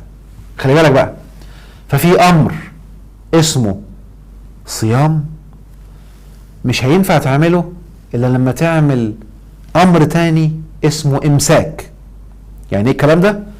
توقف اكل، توقف شرب، توقف جماع عشان تعمل صيام. الموروث نسى فعل الصيام وخلى الناس كلها تعمل فعل الامساك. فانت يا حلو لو موقف اكل وموقف شرب وموقف جماع وفاكر انك صايم، انت مش صايم، انت ممسك. صباح الفل. والصيام من اهم عمليات تزكية النفس، لان الصيام انا بمنع الاكل المادي اللي بيخش جسمي، وبمنع الانفعالات اللي بتجي بين البشر، وبمنع ان طاقة الجنس تخرج، لان طاقة الجنس من اقوى طاقات الخلق. لسه ما اتكلمش عن الجنس، في يوم من الايام هتكلم عنه ان شاء الله، لانه من اهم واخطر لحظات القرب من الاله، وهو شيء مقدس دينيا، وشيء يخلق طفل جديد ويكون اقرب ما يكون الانسان فيه من الاله. وبالتالي طاقة الابداع، الكرييشن، الخلق مركزة في الجنس، فانت ما ينفعش تخرجها اثناء عملية الصيام عشان تستفيد من هذه الطاقة لعملية الكرييشن اللي هيحصل من درجة لدرجة لنفسك، ومن رفعة لرفعة لنفسك. فمهم هذه الطاقة تكون موجودة. ونقطة مهمة كمان، ويكون الجسد في حالة تجويع، فيكون في اعلى سحب طاقة من الاله. عشان كده للأسف اللي بيحرموا الطاقة وبيخرفوا فيها، عمرك ما هتعرف تصوم صح إلا ما تكون فاهم الطاقة. والطاقة كان بيتكلموا عنها، عشان برضو بعض الناس للأسف يقول لك لو كانت موجودة كان زمان الرسول اتكلم عنها. انت ما تعرفش ايه اللي اتمسح يا جميل من التراث. صباحك فل. انت اللي جاي لك من التراث دلوقتي 1/1000 من الدين الحقيقي. كل المفيد واللي بيزكي واللي بيطور واللي خلى الأمة تبقى أعلى أمة في الكون اتمسح بأستيكة. عايزك تعرف وأكد لك ازاي. احسب كده بهدوء وبروقان كده، عشان بس قبل ما حد يضحك عليك ويوهمك ان كل اللي عندنا هو اللي حصل. معلومة بسيطة جدا عشان تدرك ايه اللي حصل. سيدنا محمد عليه الصلاة والسلام بيصلي من امتى؟ واحسب كده هو عاش قد ايه بعد الدعوة. خلاص نفترض 13 سنة. يلا يا سيدي ركز معايا، 13 سنة نفترض، قول 10 عشان يعني احتياطي. 10 سنوات اضرب بقى 10 في 12 شهر، في 12 ب120 شهر. اضرب بقى 120 شهر في 4 ب480 يا جميل. واضحة ايه؟ مش واضحة؟ خليها عندنا 480 يا جميل. ركز معايا بقى، 480 اسبوع ب480 خطبة جمعة حاضرها كل الصحابة. طلع لي منهم خطبة واحدة تعرف ايه اللي حصل في دينك، فتفوق وتخلي حلقة في ودنك تراجع كويس قوي ايه اللي اتعمل. انا حتى في كورس الطاقة بطلع لهم حاجات عمرك ما سمعتها، موجودة في كتب الدين وفي الاحاديث بتتكلم عن الطاقة، بس عمرك ما هتلاقي حد من اللي بيتكلم في الدين بيجيب سيرتها. ليه؟ لان حضرتك بتسمع الدين سماعي، زي ما حضرتك معلش هقطمك والله بحب لسه جاي تسمع التزكية من واحد جاي يقولك عليها. انت ما دورتش، انت متعود تتلقى بمعلقة، لازم حد بمعلقة يديلك. فمن علامات التزكية هتيجي بعد شوية، لك ان التبين مش هيجي ميعاده دلوقتي. انت بتتبين وبتدور، مش مستني لما حد يجي يقول لي. وبالتالي انت من وجهة نظرك انا عمري ما سمعت حد يتكلم عن الطاقة، وانت دورت رحت جبت الاحاديث كلها والكتب اللي ربنا اتكلم عنها في القرآن، وفهمت المقصود بمعنى الطاقة في العامية مقصود بها ايه في القرآن عشان تبقى فاهم معناها ايه. طب ما التسامح ينفع حد يجي يقول لي اصل التسامح ربنا ما اتكلمش عنه في القرآن؟ لا يا حلو، التسامح اللي بالعامية بنتكلم عنه هو اللي ربنا اتكلم عنه في القرآن باسم العفو. بس اعرف المعنى بس، وبالتالي هتفهم المعنى، هتدرك، هتبقى بتتنطط. انا الناس بيكونوا عايزين من الكورس، عشان كده بقول لهم دايما في كورس الطاقه والله اللي بيدخلوا بيحلف بالله والله ما كنا عايشين قبل كده، لان بيدرك المعاني الرهيبه وكل معلومات الدين بتوضح له بعد كده، وبيصلي لاول مره في حياته لانه بيعمل الاتصال صح، مش بيأدي بالجسد تك تك تك تك تك. يعني حتى الصلاه هما بيشرحوا لنا والله ما حد علمني ازاي اتصل، هو يلا ركز على الجسد بس، شد جسمك، صوابعك فين، لا هنا لا هنا، واعمل لك مشاكل ومصايب وخلافات بقى، ولا صوابعك كده، لا ايدك كده، لا كده، لا ما اعرفش، لا الراجل كده والست كده، اليمين في كلها في الشكل. فين الاتصال نفسه؟ ما تفوق وظهرك وحط لي كده. والله العظيم انا فاكر واحنا بنتعلم الصلاه كان يحط لنا ازازه ميه، كوبايه ميه، ويقيسها 100 ولا مش 100 عشان اعمل ظهري صح. يا عم فين الاتصال نفسه؟ تركيز على حجم اللي بتقراه، على الشكل الجسدي، على الشكل المادي، شكل الصوابع بتفصيلات بقى والقاعده. اعمل سيرش النهارده كده على اي حد بيصف، مسمينها كده صفه صلاه الرسول، وتحداك لو حد بيديك معنى الاتصال، معنى الصلاه اصلا كله شكل جسدي، وبالتالي التزكيه اصلا ما حصلتش. احنا وصلنا للصيام، تعال نخش بقى الصلاه. انا قلت ما برتبش معايا، لو عايز ترتب ممكن تحط الصلاه قبل الصيام، بس المهم الصلاه هي اول حاجه انت بتعملها عشان تحصل التزكيه، انك تكون متصل بالاله صح. عشان كده لو تتبعت هتلاقي اوامر: اقم الصلاه اتي الزكاه، اقم الصلاه اتي الزكاه، اقم الصلاه اتي الزكاه، اقم الصلاه اتي الزكاه. لانك هتكون كونكتد، متصل بالاله، في صله حصلت، تنزل الرحمه، يحصل التزكيه. فلما تعمل الصلاه صح ويحصل التزكيه صح، ايه اللي بيحصل؟ ايوه، بتبعد عن الفحشاء والمنكر. بتبعد عن ايه؟ عن الفحشاء والمنكر. هقف هنا وقفه صغيره كوميديا عشان كلمه المنكر دي، ان اللي بعيد عن التزكيه والتيارات الدينيه المتشدده بيعملوا المنكر تحت مسمى الامر بالمعروف. والله العظيم. يعني يقول لك امر بالمعروف ونهي عن المنكر، اجبر. يا عم ده منكر في القران منهي عنه. امر بالمعروف ونهي عن المنكر، سيطر. يا عم ده اكراه منهي عنه، ده منكر اصلا. يلا امر بالمعروف ونهي عن المنكر، اشتم، احكم، صنف، حط احكام على فلان، اغتاب، غيبه، نميمه، يخرب على كل ده منكر. مخك فين؟ ما عندوش تزكيه، ما فيش تزكيه. النفس مدساه، فبيعمل كل نواهي الدين ومخدوع. زين لهم الشيطان ما كانوا يفعلون. يقول لك الامر بالمعروف والنهي عن المنكر، والله 99% من اللي بيعملوا منكر. ده حتى ربنا قال وتعاونوا على البر والتقوى، ومن التقوى العفو والمغفرة والتسامح، ولا تعاونوا على الإثم والعدوان.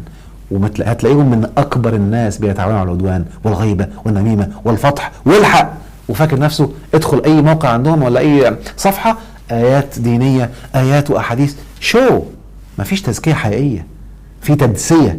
فعاوز يتوهم بإني بشتغل صح، واتوهم بان انا عمال بقسوة، بايذاء، باجبار، لارضاء شهوات النفس عشان احس ان انا بعمل الدين.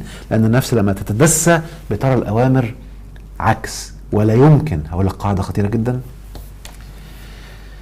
عاوز اي حد تكتشف، انا بقول لك انت يعني ما تحكمش على حد، عاوز تكتشف كمية التدسية اللي في نفسك، بص الاوامر الدين عند المشاكل. لو قلت لك عند مشكله بينك وحد، يا عم سامح، اتجننت ولا ايه؟ بقول لك ايه، سامح مين؟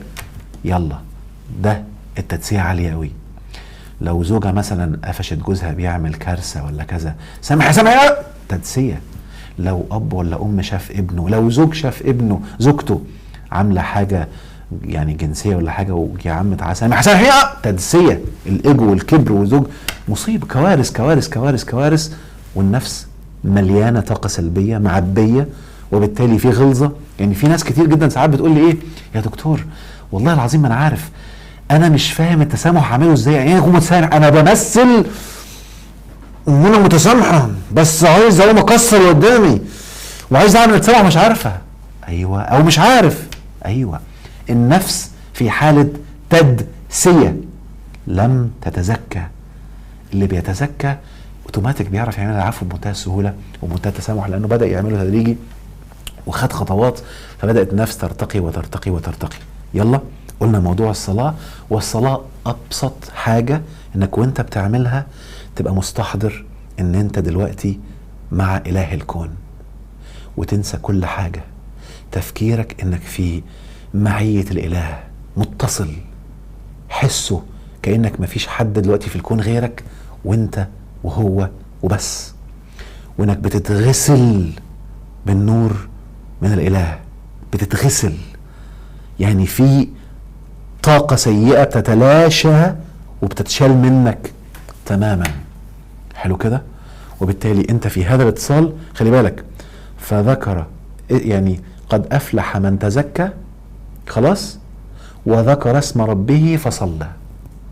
فانت مركز على، احنا يمكن شارحها في كورس الاختراق، انت مركز في فعل انت عايزه ولا حاجه عايز تنظفها، ايه الاسم من اسماء الله اللي انت عاوز يحصل اتصال، والاتصال ده رحمه، كونكشن، طاقه بينك وبين الاله في الاسم ده، فينزل يغسلك. فلما تصلي يعني في حاله اتصال مع هذا الاسم وبالوعي ده، بيحصل هذا التزكيه، هذه التزكيه وهذا النقاء اللي بينظفك من جوه.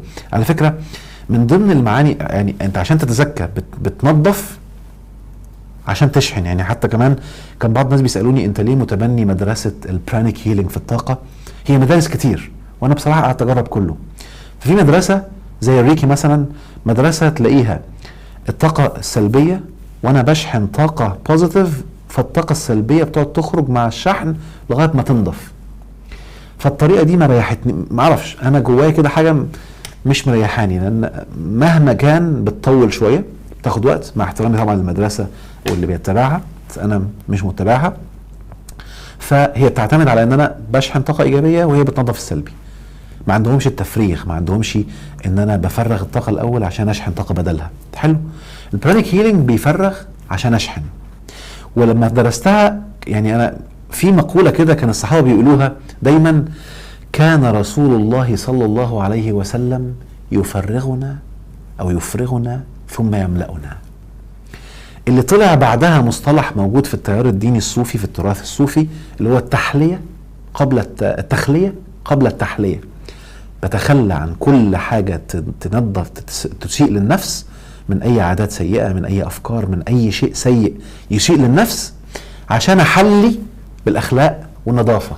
فالكونسبت أصلا موجود عندنا في التراث، اللي بيفكر معايا ان انا بنظف وبنور، بشيل الظلام وادخل نور، شيل الطاقة السيئة وادخل الطاقة الإيجابية، بشيل كل حاجة تدسي النفس وتخليها تخلد إلى الأرض عشان أنظفها فتتزكى وترتقي من الرقي والأعلى والأعلى إلى أعلى عليين.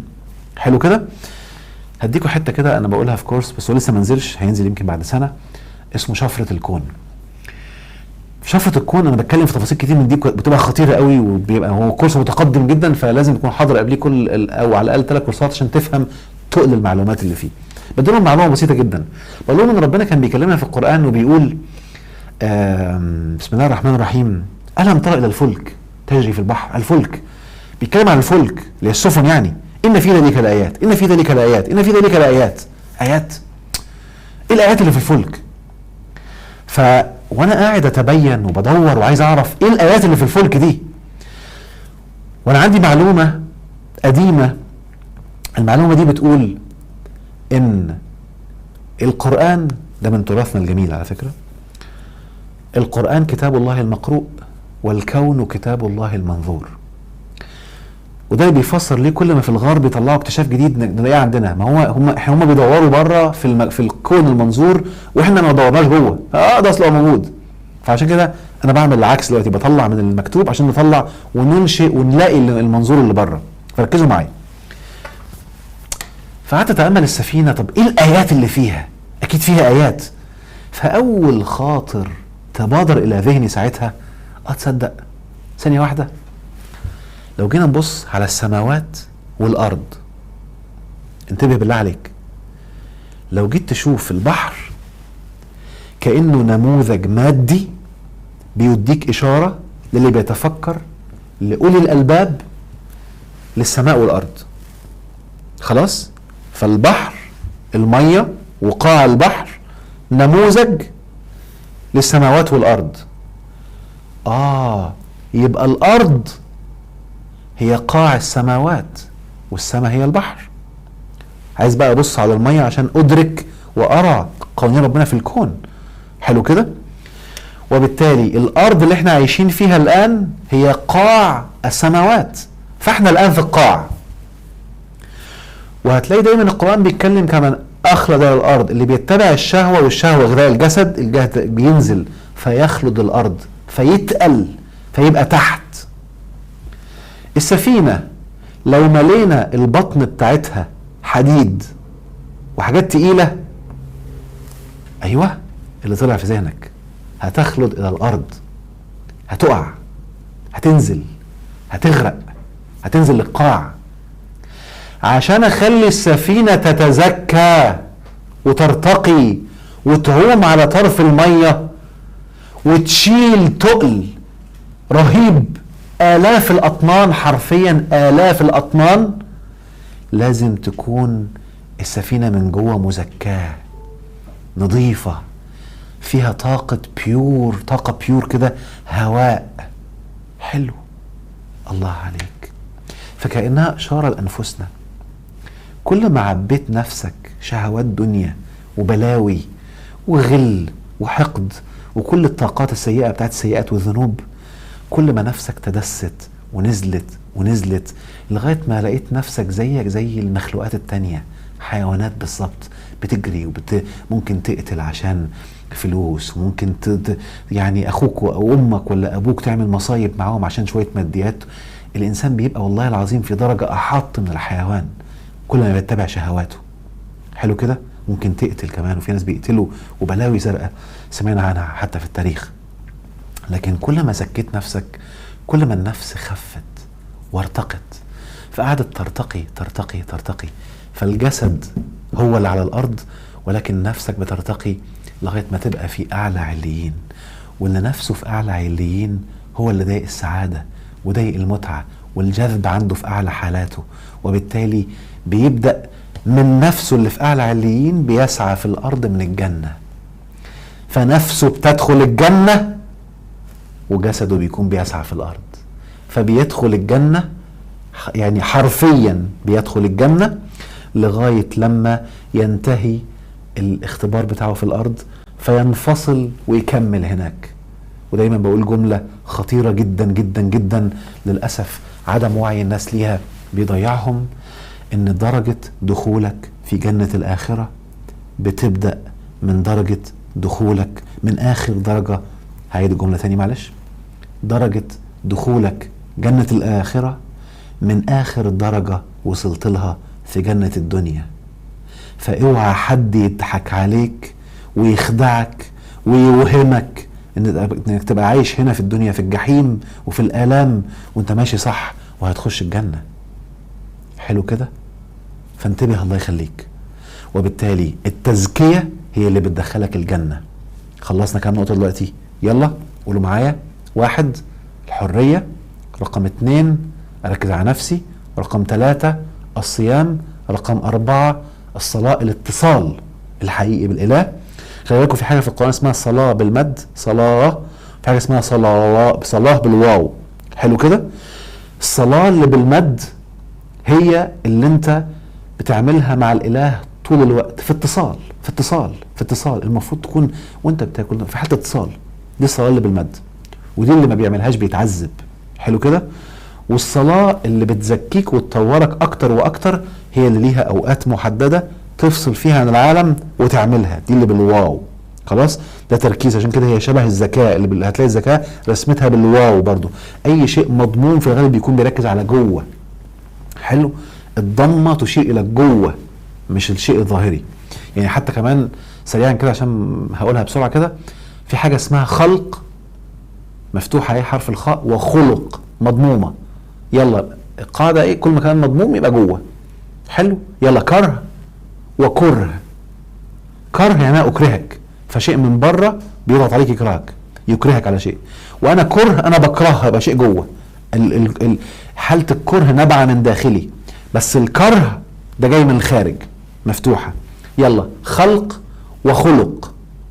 خلق معناها شكله من بره، اللهم كما حسنت خلقي، او الشكل الخارجي فحسن خلقي. فالخلق هو شكل النفس، والخلق هو شكل الجسد. حلو. وبالتالي كل ما زكيت نفسك شكل نفسك هيبقى حلو، يعني خلقك هيبقى حلو. وحرفيا اللي خلقه حسن خلقه اوتوماتيك بيتبعه ويصبح حسن، فتلاقي شكله عمال يصغر، بينور، نضارة، بشرة جميلة رائعة، لأن خلقه حسن فخلقه بيتبع هذا الشيء. والعكس طبعا صحيح، ربنا يعافينا يا رب. فأنا هركز على الموضوع ده بمنتهى القوة. النقطة اللي بعد كده التبين، والنقطة رقم 5. تبين معناه ايه؟ ان انا دايما ابحث لكي اتعلم، ابحث ما اتبعش. الاتباع احد اهم اخطر اسباب التدسية. الاتباع معلش انا اسف بيلغي عنك بشريتك، بيلغي عنك حريتك، بيلغي عنك اتصالك بالاله، بيلغي عنك كل ما ميزت به على الحيوانات. يلا يا سيدي، اللي هم ماسكينه والتراث مركز عليه قوي، اوعى تفكر، اوعى تشغل عقلك، اوعى تتدبر، اوعى تتفكر، هم زي ما قالوا اعمل. عشان كده الدين جاي بيقول ايه؟ ان من اسباب دمار الامم وخراب حياتهم انهم كانوا انا وجدنا اباءنا كذلك يفعلون. بيخاف يقرب. يعني في بعض الناس والله بيبقى معايا في الجلسة بيقول لي كلامك رائع جدا وكلامك مقنع ومنطقي، بس ما حدش اعرف انه عمله قبل كده، فانا ما اقدرش، اصل ما حدش عمله. شفت الكارثة؟ هو كده المعيار بتاعه ما كان عليه اباءنا.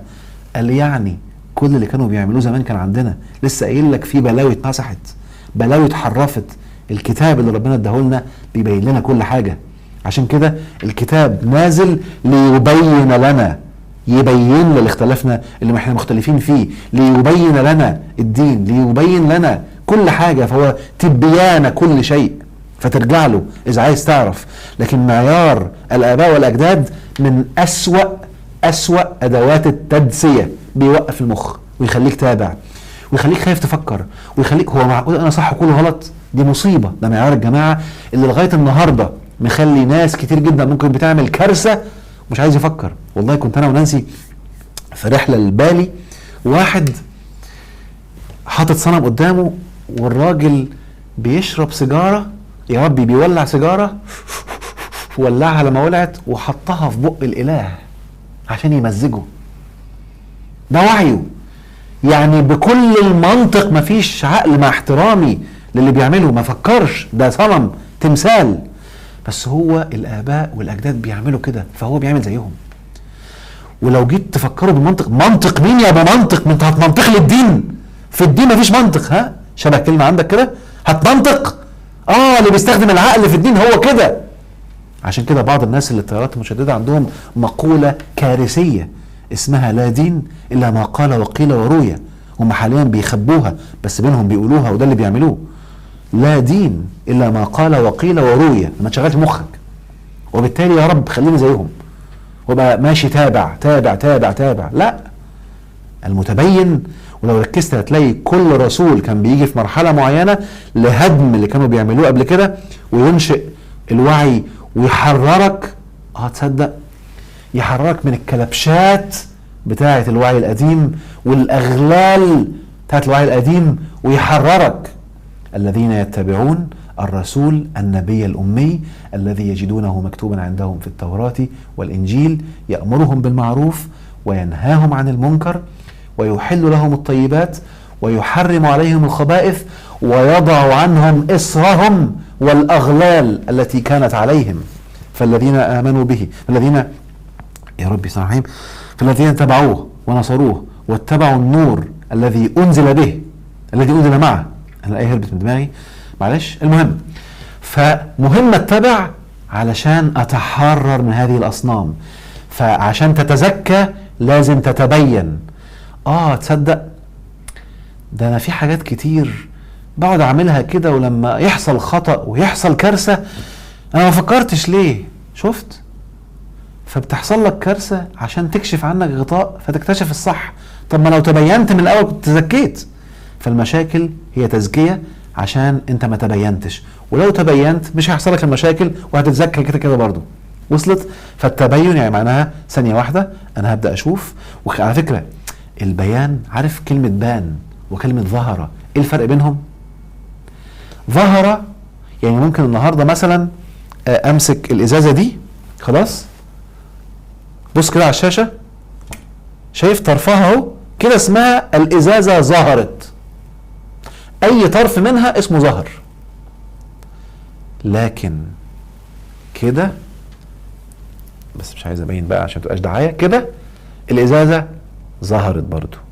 لكن لو شفت من تحت ومن فوق وشفت خامتها، شفت ايه اللي جواها، وفتحت شفت بيلف ازاي، وشفت السائل اللي جواها ده عبارة عن ايه، ونوعها ايه، وخامتها ايه، يبقى اسمه بان. خلاص؟ فبان معناها قلبت يمين وشمال وجبت القبل للدبر. الله الله الله الله، ده تدبر معناه ايه؟ ان انا ما اخدش الظاهر بس والقبل بس، الف واشوف الدبر كمان اللي هو الخلف، فاسمه تدبر. يعني امسك الايه كده واقعد اجيبها يمين وشمال، فانا لما اتدبر واجيبها من اولها وظاهرها والمعنى الباطن بتاعها والمعنى الظاهري بتاعها، فيحصل عمليه التدبر، فيحصل البيان. فلما يحصل التدبر ده، معلش هرمي قنبله ذريه دلوقتي انا اسف، لما يحصل التدبر ده اقفال العقل بتتفكك، فيحصل التزكيه، وبالتالي انتبه، التدبر وسيله العلم، التدبر وسيله البيان، التدبر وسيله التزكيه. يعني انا لما هتدبر هتعلم، لما هتدبر هتزكى، لما هتدبر هيبان لي. عارفين في التراث عملوا ايه؟ عكسوها.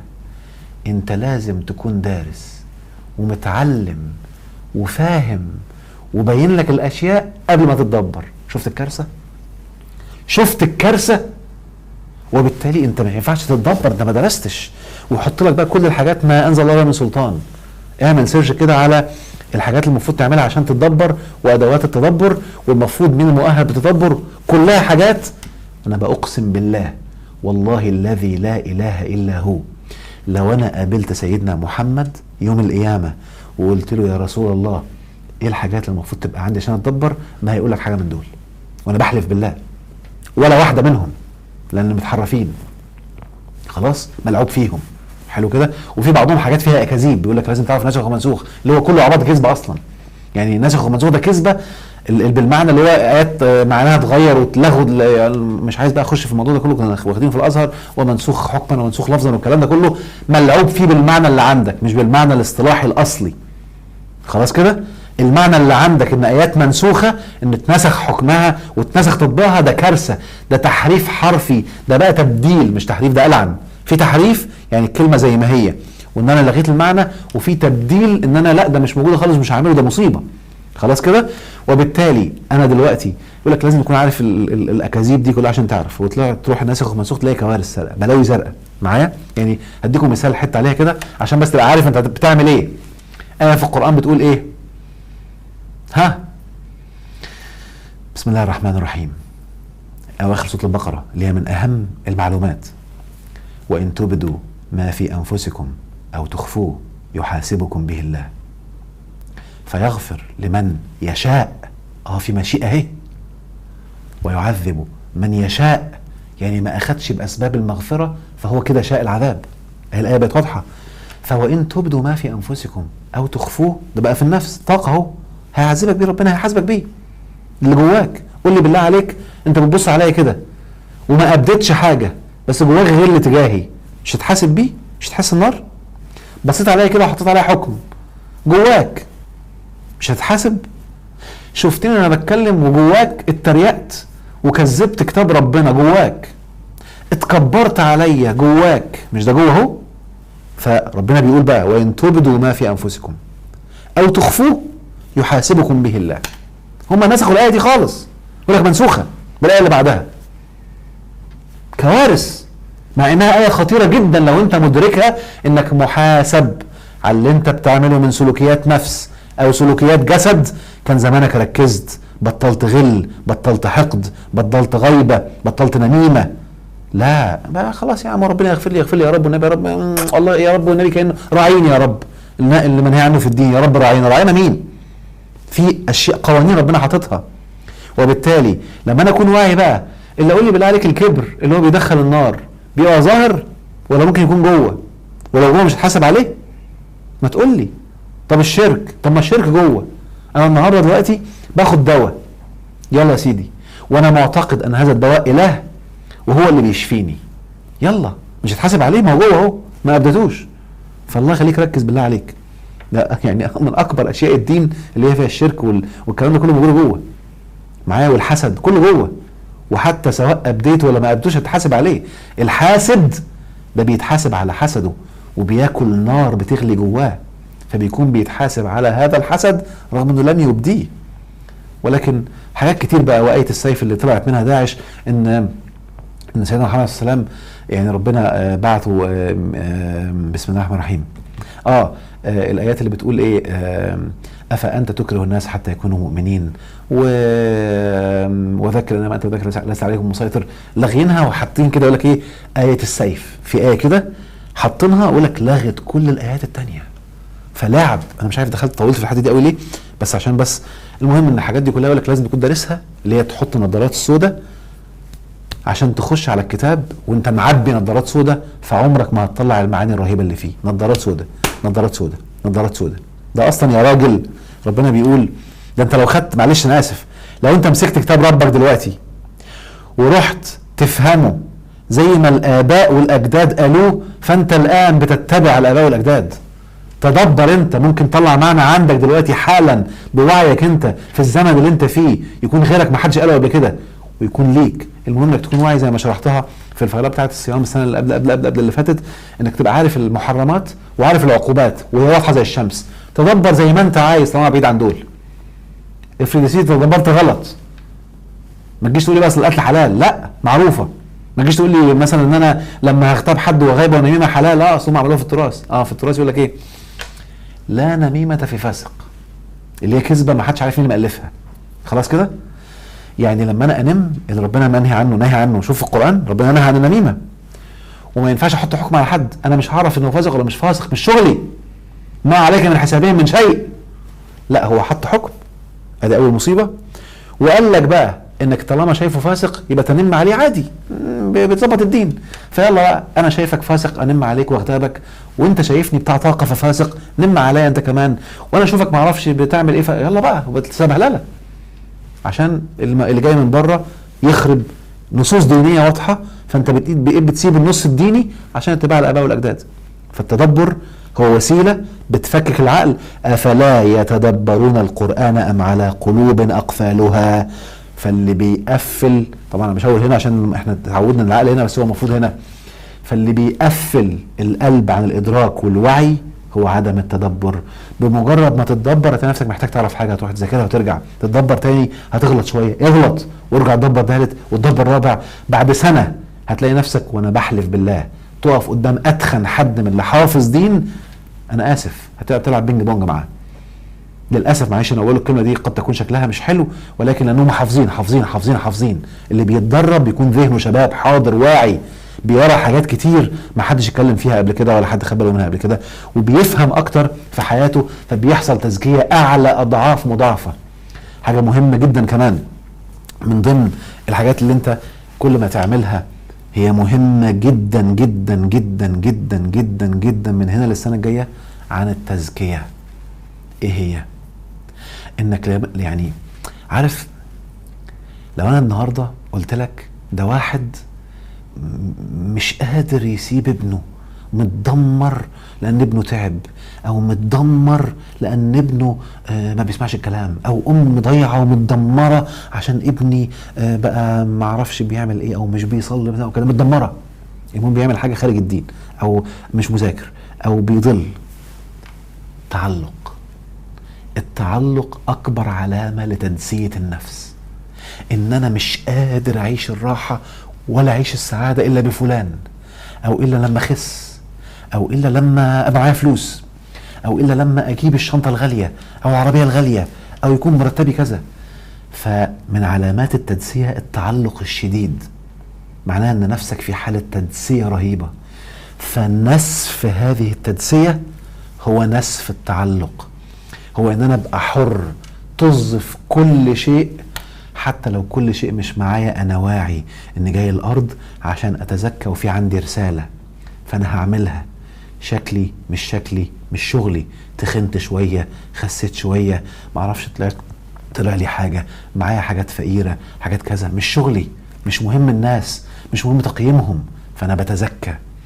فكل ما بدات تبعد عن صورتك قدام الناس، كل ما بدات تبعد تتحرر من سجن الناس. شوف تحرر تاني اهو، ان انا مش مهم هم شايفيني ايه، المهم ربي شايفني ايه. مش مهم انا شايف نفسي ايه، اللي هو انا قايلها في كورس الاختراق ايجو نمبر 2. المهم ربنا شايفني ايه. ساعتها هتبدا تتزكى اكتر، وتبقى الخوف هيتلاشى، لان من علامات التدسيه خوف شديد وحزن شديد. فانا ما عدتش فارق معايا يشوفني ازاي، فانا مش خايف افشل. ايه المشكله لما افشل؟ المجتمع دلوقتي حالا لو حد فشل يا رب خلي النهارده بس يا سيدي مش فشل، حد وقع ده بقى ترند. يعني المجتمع بقى مصيبه، حد وقع بقى ترند، حد اتكسف ولا عمل غلطه في قناه بقى ترند. الناس بقت قاعده حتى مش فشل، ده غلطه بسيطه. فتخيل بقى لو بيعمل مشروع وفشل، ولا بيعمل تجربه وفشل، فسيبك منهم، مالكش دعوه، لان دول بيدمروا الدنيا. فحالة التعلق بتعمل التدسية، والتدسية لما بتحصل بتبقى النفس معبية طاقات سلبية. عشان كده اللي في حالة تعلق شديد بيقول اللفظ دايما، بيقول انا بتقطع من جوايا. والتري بيعمل فيها اغنية صح، بتقطع. خلي بالك بقى، اعمل حالة التحرر ازاي؟ باني كل شوية اعي، وده من التزكية لما البيان يشتغل، اعي ان انا في رحلة دلوقتي، وان انا في يوم من الايام مستلم جسم ونزلت الارض، ومطلوب مني ان اتطور وارتقي. فانا هرتقي ازاي؟ ده مصيبة، انا مش دخلش. طب ابدا حتى باللي في ايديا، ابدا باول حاجة هو قالها، ان انا اسيب الناس احرار. انا بدات ترك اهو، فانا بتزكى، ده اول درجة. تاني درجة ابدا افكر، انا اركز في نفسي ان انا في محاور اشتغل فيها، ابدا. فانت بدات تك اصلا. لو انشغلت بده، الاتصال بينك وبين ربنا هيبقى حقيقي. هتعمل الصلاة صح، هتعمل الصوم او الصيام صح. ويا سلام لو عملت الصوم، وانا شارح الاثنين في حلقة كاملة اسمها الصوم للرحمن وفوائده المذهلة، حلقة ساعتين اسمعها بروقان برضو، هتبقى حلقة رهيبة، او حالة رهيبة، مش حلقة، مش بذكي الحلقة هتبقى حالة رهيبة جدا بينك وبين ربنا. فانت عمال تتزكى اكتر واكتر. حلو. فمهم تبقى واعي ان انا ابعد عن هذه التدسية وهذا التعلق. اخر حاجة مهمة جدا، التحكم في الافكار. يعني ببساطة ان انا ما خليش انفعالي هو اللي يقودني. كل حد انفعاله بيقوده بيدسي نفسه، فيبقى عنده غضب وطاقة مكتومة بتخرج في شكل غضب او انفعال شديد. ان انا ابدا اكنترول افكاري، يعني اللي احنا بنسميه في علم النفس الذكاء العاطفي. الذكاء العاطفي من اهم ادوات تزكية النفس.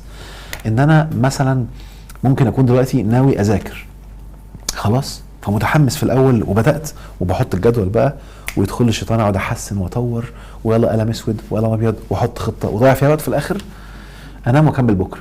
بتوع المذاكره عارفكم والله، كنت زيكم في يوم من الايام المهم عملت الجدول، انا والله حطيت الجدول، الله عليك حلو، وظبطت ولونت الجدول وظبطت ورتبت الاوضه. بعد الوقت بيضيع في كلام فاضي، ورتبت الاوضه وحطيت برفيوم وما اعرفش مين، ما ذاكرتش. المهم فحطيت الخطه، وبعدين جيت عشان تذاكر لقيت نفسك مكسل. ده مشاعر كسل، مشاعر جوع. تقوم مشاعرك هي اللي تقودك وتسيب القرار اللي خدته قبل كده. فانتبه بقى، اذا انا اتعودت ادرب نفسي، ابدأ بحاجات بسيطة ثم طورها. وده من اخطر حاجات التزكية، التحكم في الفكر، اللي اسمها في القرآن الحكمة. الكنترول الحكمة متحرفة للأسف وبقت الوعي دلوقتي، لكن لا، الحكمة معناها شدة التحكم، اعلى درجة في الكنترول، في التحكم جاي منها الحكم.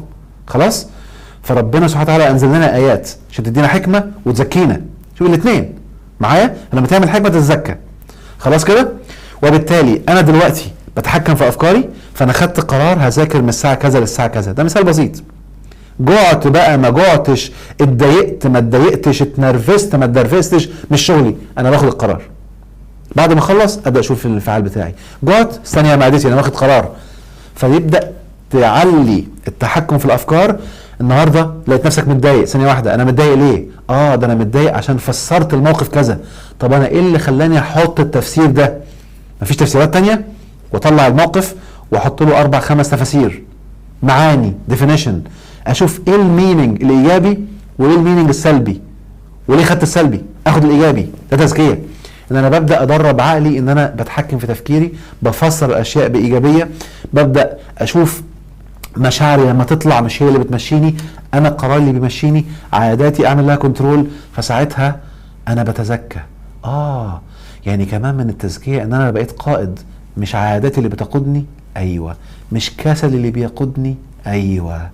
بالله عليك بقى لو عملت دول كلهم مش هتعيش الجنه؟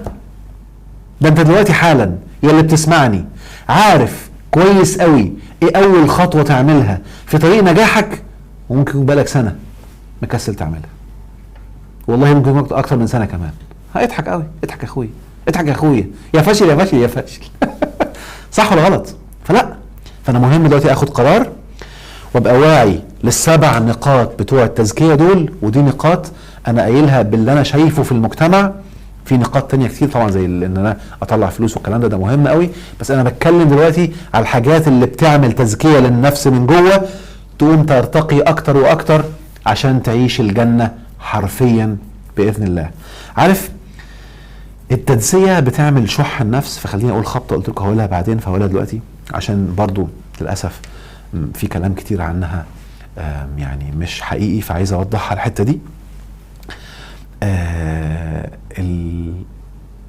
الكلمه او احكيها قصه حصلت في موقف في جلسه من الجلسات، وهطلع بالمعنى اللي عايز اقوله.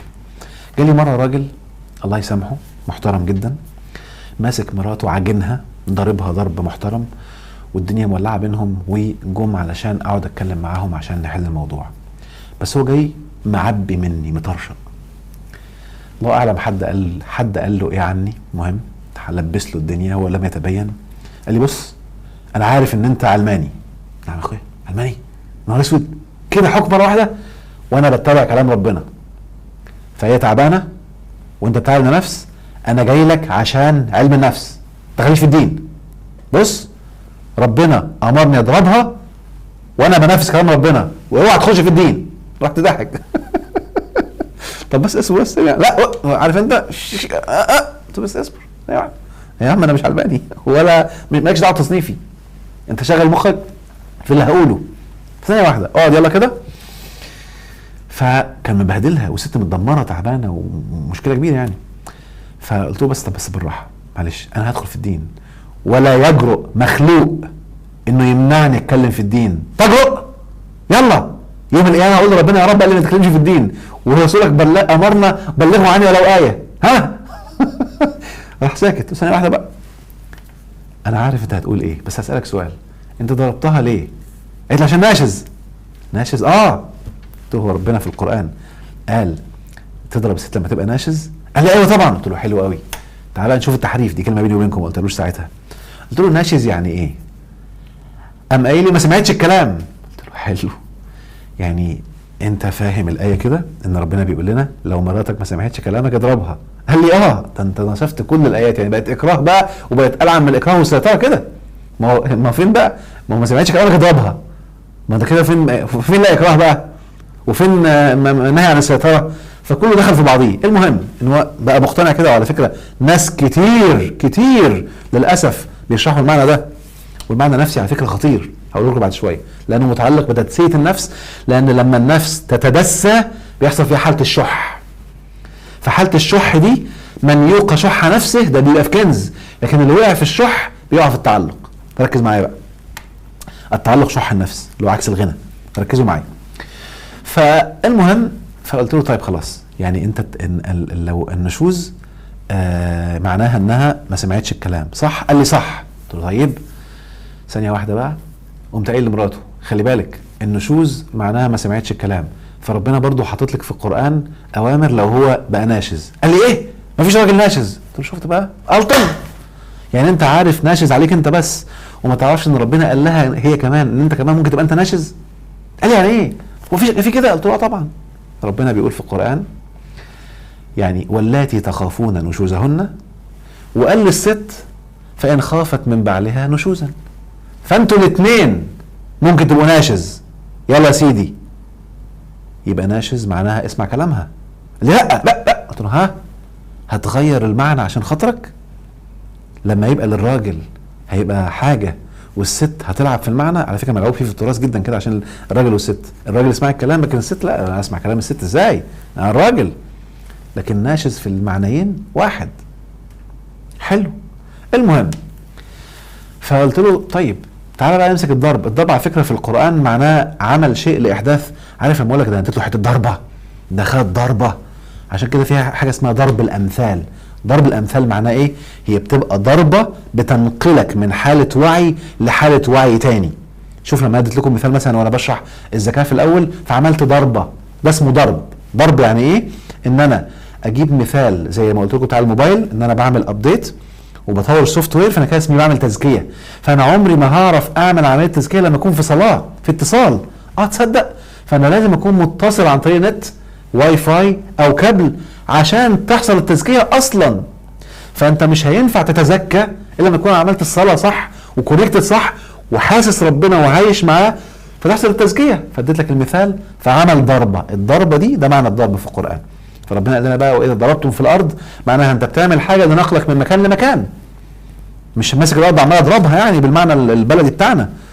فانك اعمل ضربه معناها في موقف هتعمله يغير السلوكيات، يبقى ضربه يعمل نقله. مش همسك واضرب. حتى ساعات معلش انا لن اسخر من شخص في حياتي، ولكن انا هسخر دلوقتي من معنى.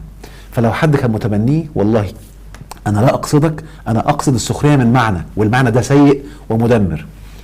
هم فضلوا ماسكين، مش حتى يقعدوا يقولوا لا والمعنى غلط. هم لا، معقوله يكونوا اللي قبلنا غلطانين فاحنا هنحتفظ بمعنى الضرب زي ما هم قالوا.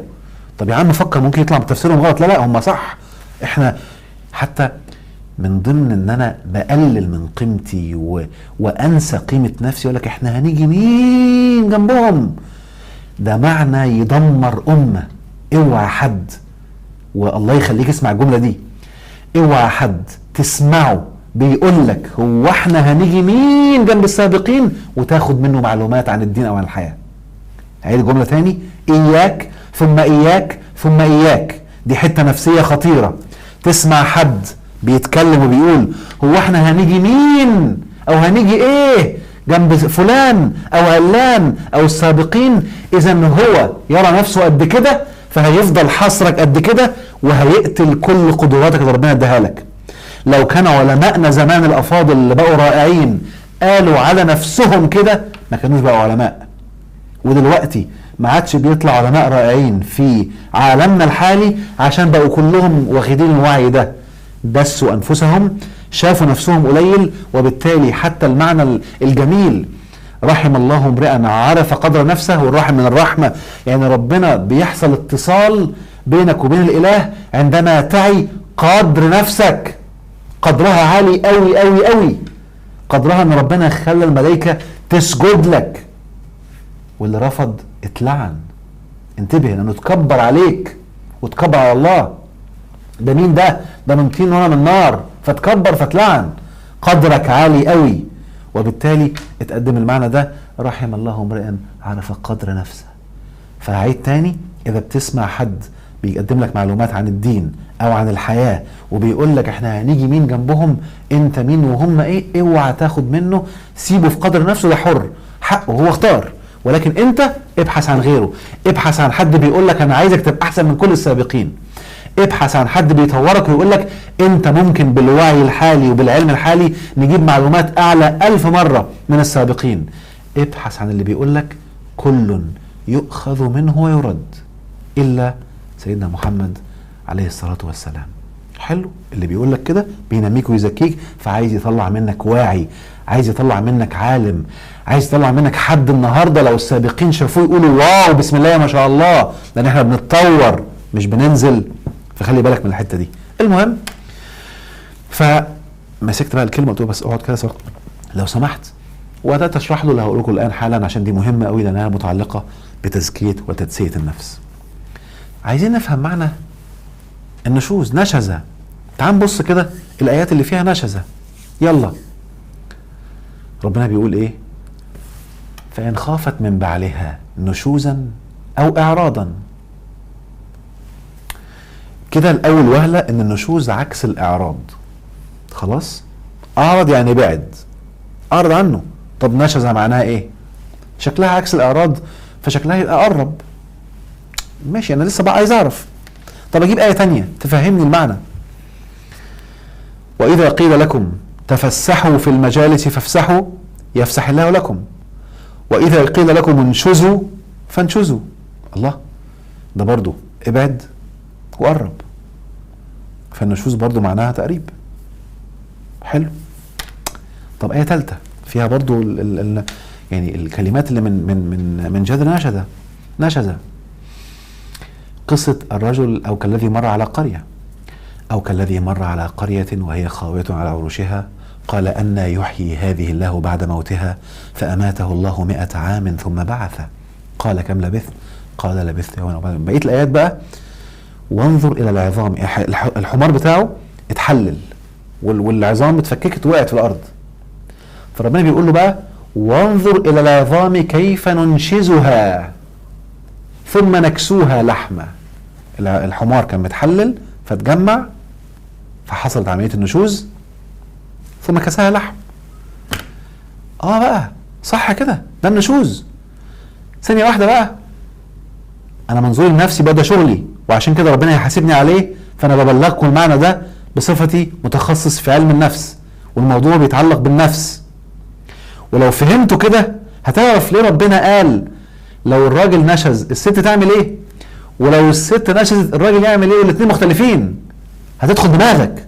انتبه، بيجي لنا حالات كتير في علم النفس من شدة التعلق ان الراجل مش قادر يبعد عن مراته، عايزها معاه على طول وتكلمه على طول ويكلمها ويتصل بيها، ودي حالة نادرة شوية. الاكتر هي الست عايزاه وتكلمه، حبيبي طب انت فين؟ طب هتعمل ايه؟ كل 5 دقايق. وبعدين انا والله العظيم وانا بحلف بالله ان الموقف اللي هحكيه ده حصل كذا مرة، ان في واحدة اتطلقت ليلة الدخلة، انها متعلقة بجوزها جدا وحبها، فلسه نايمين في الفرح، فنايمة في السرير وخدها بالحضن بالايدين والرجلين.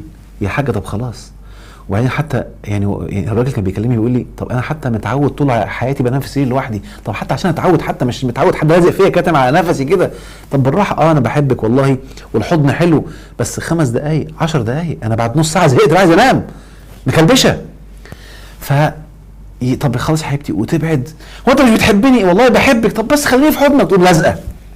حلو. ده بسبب شح النفس.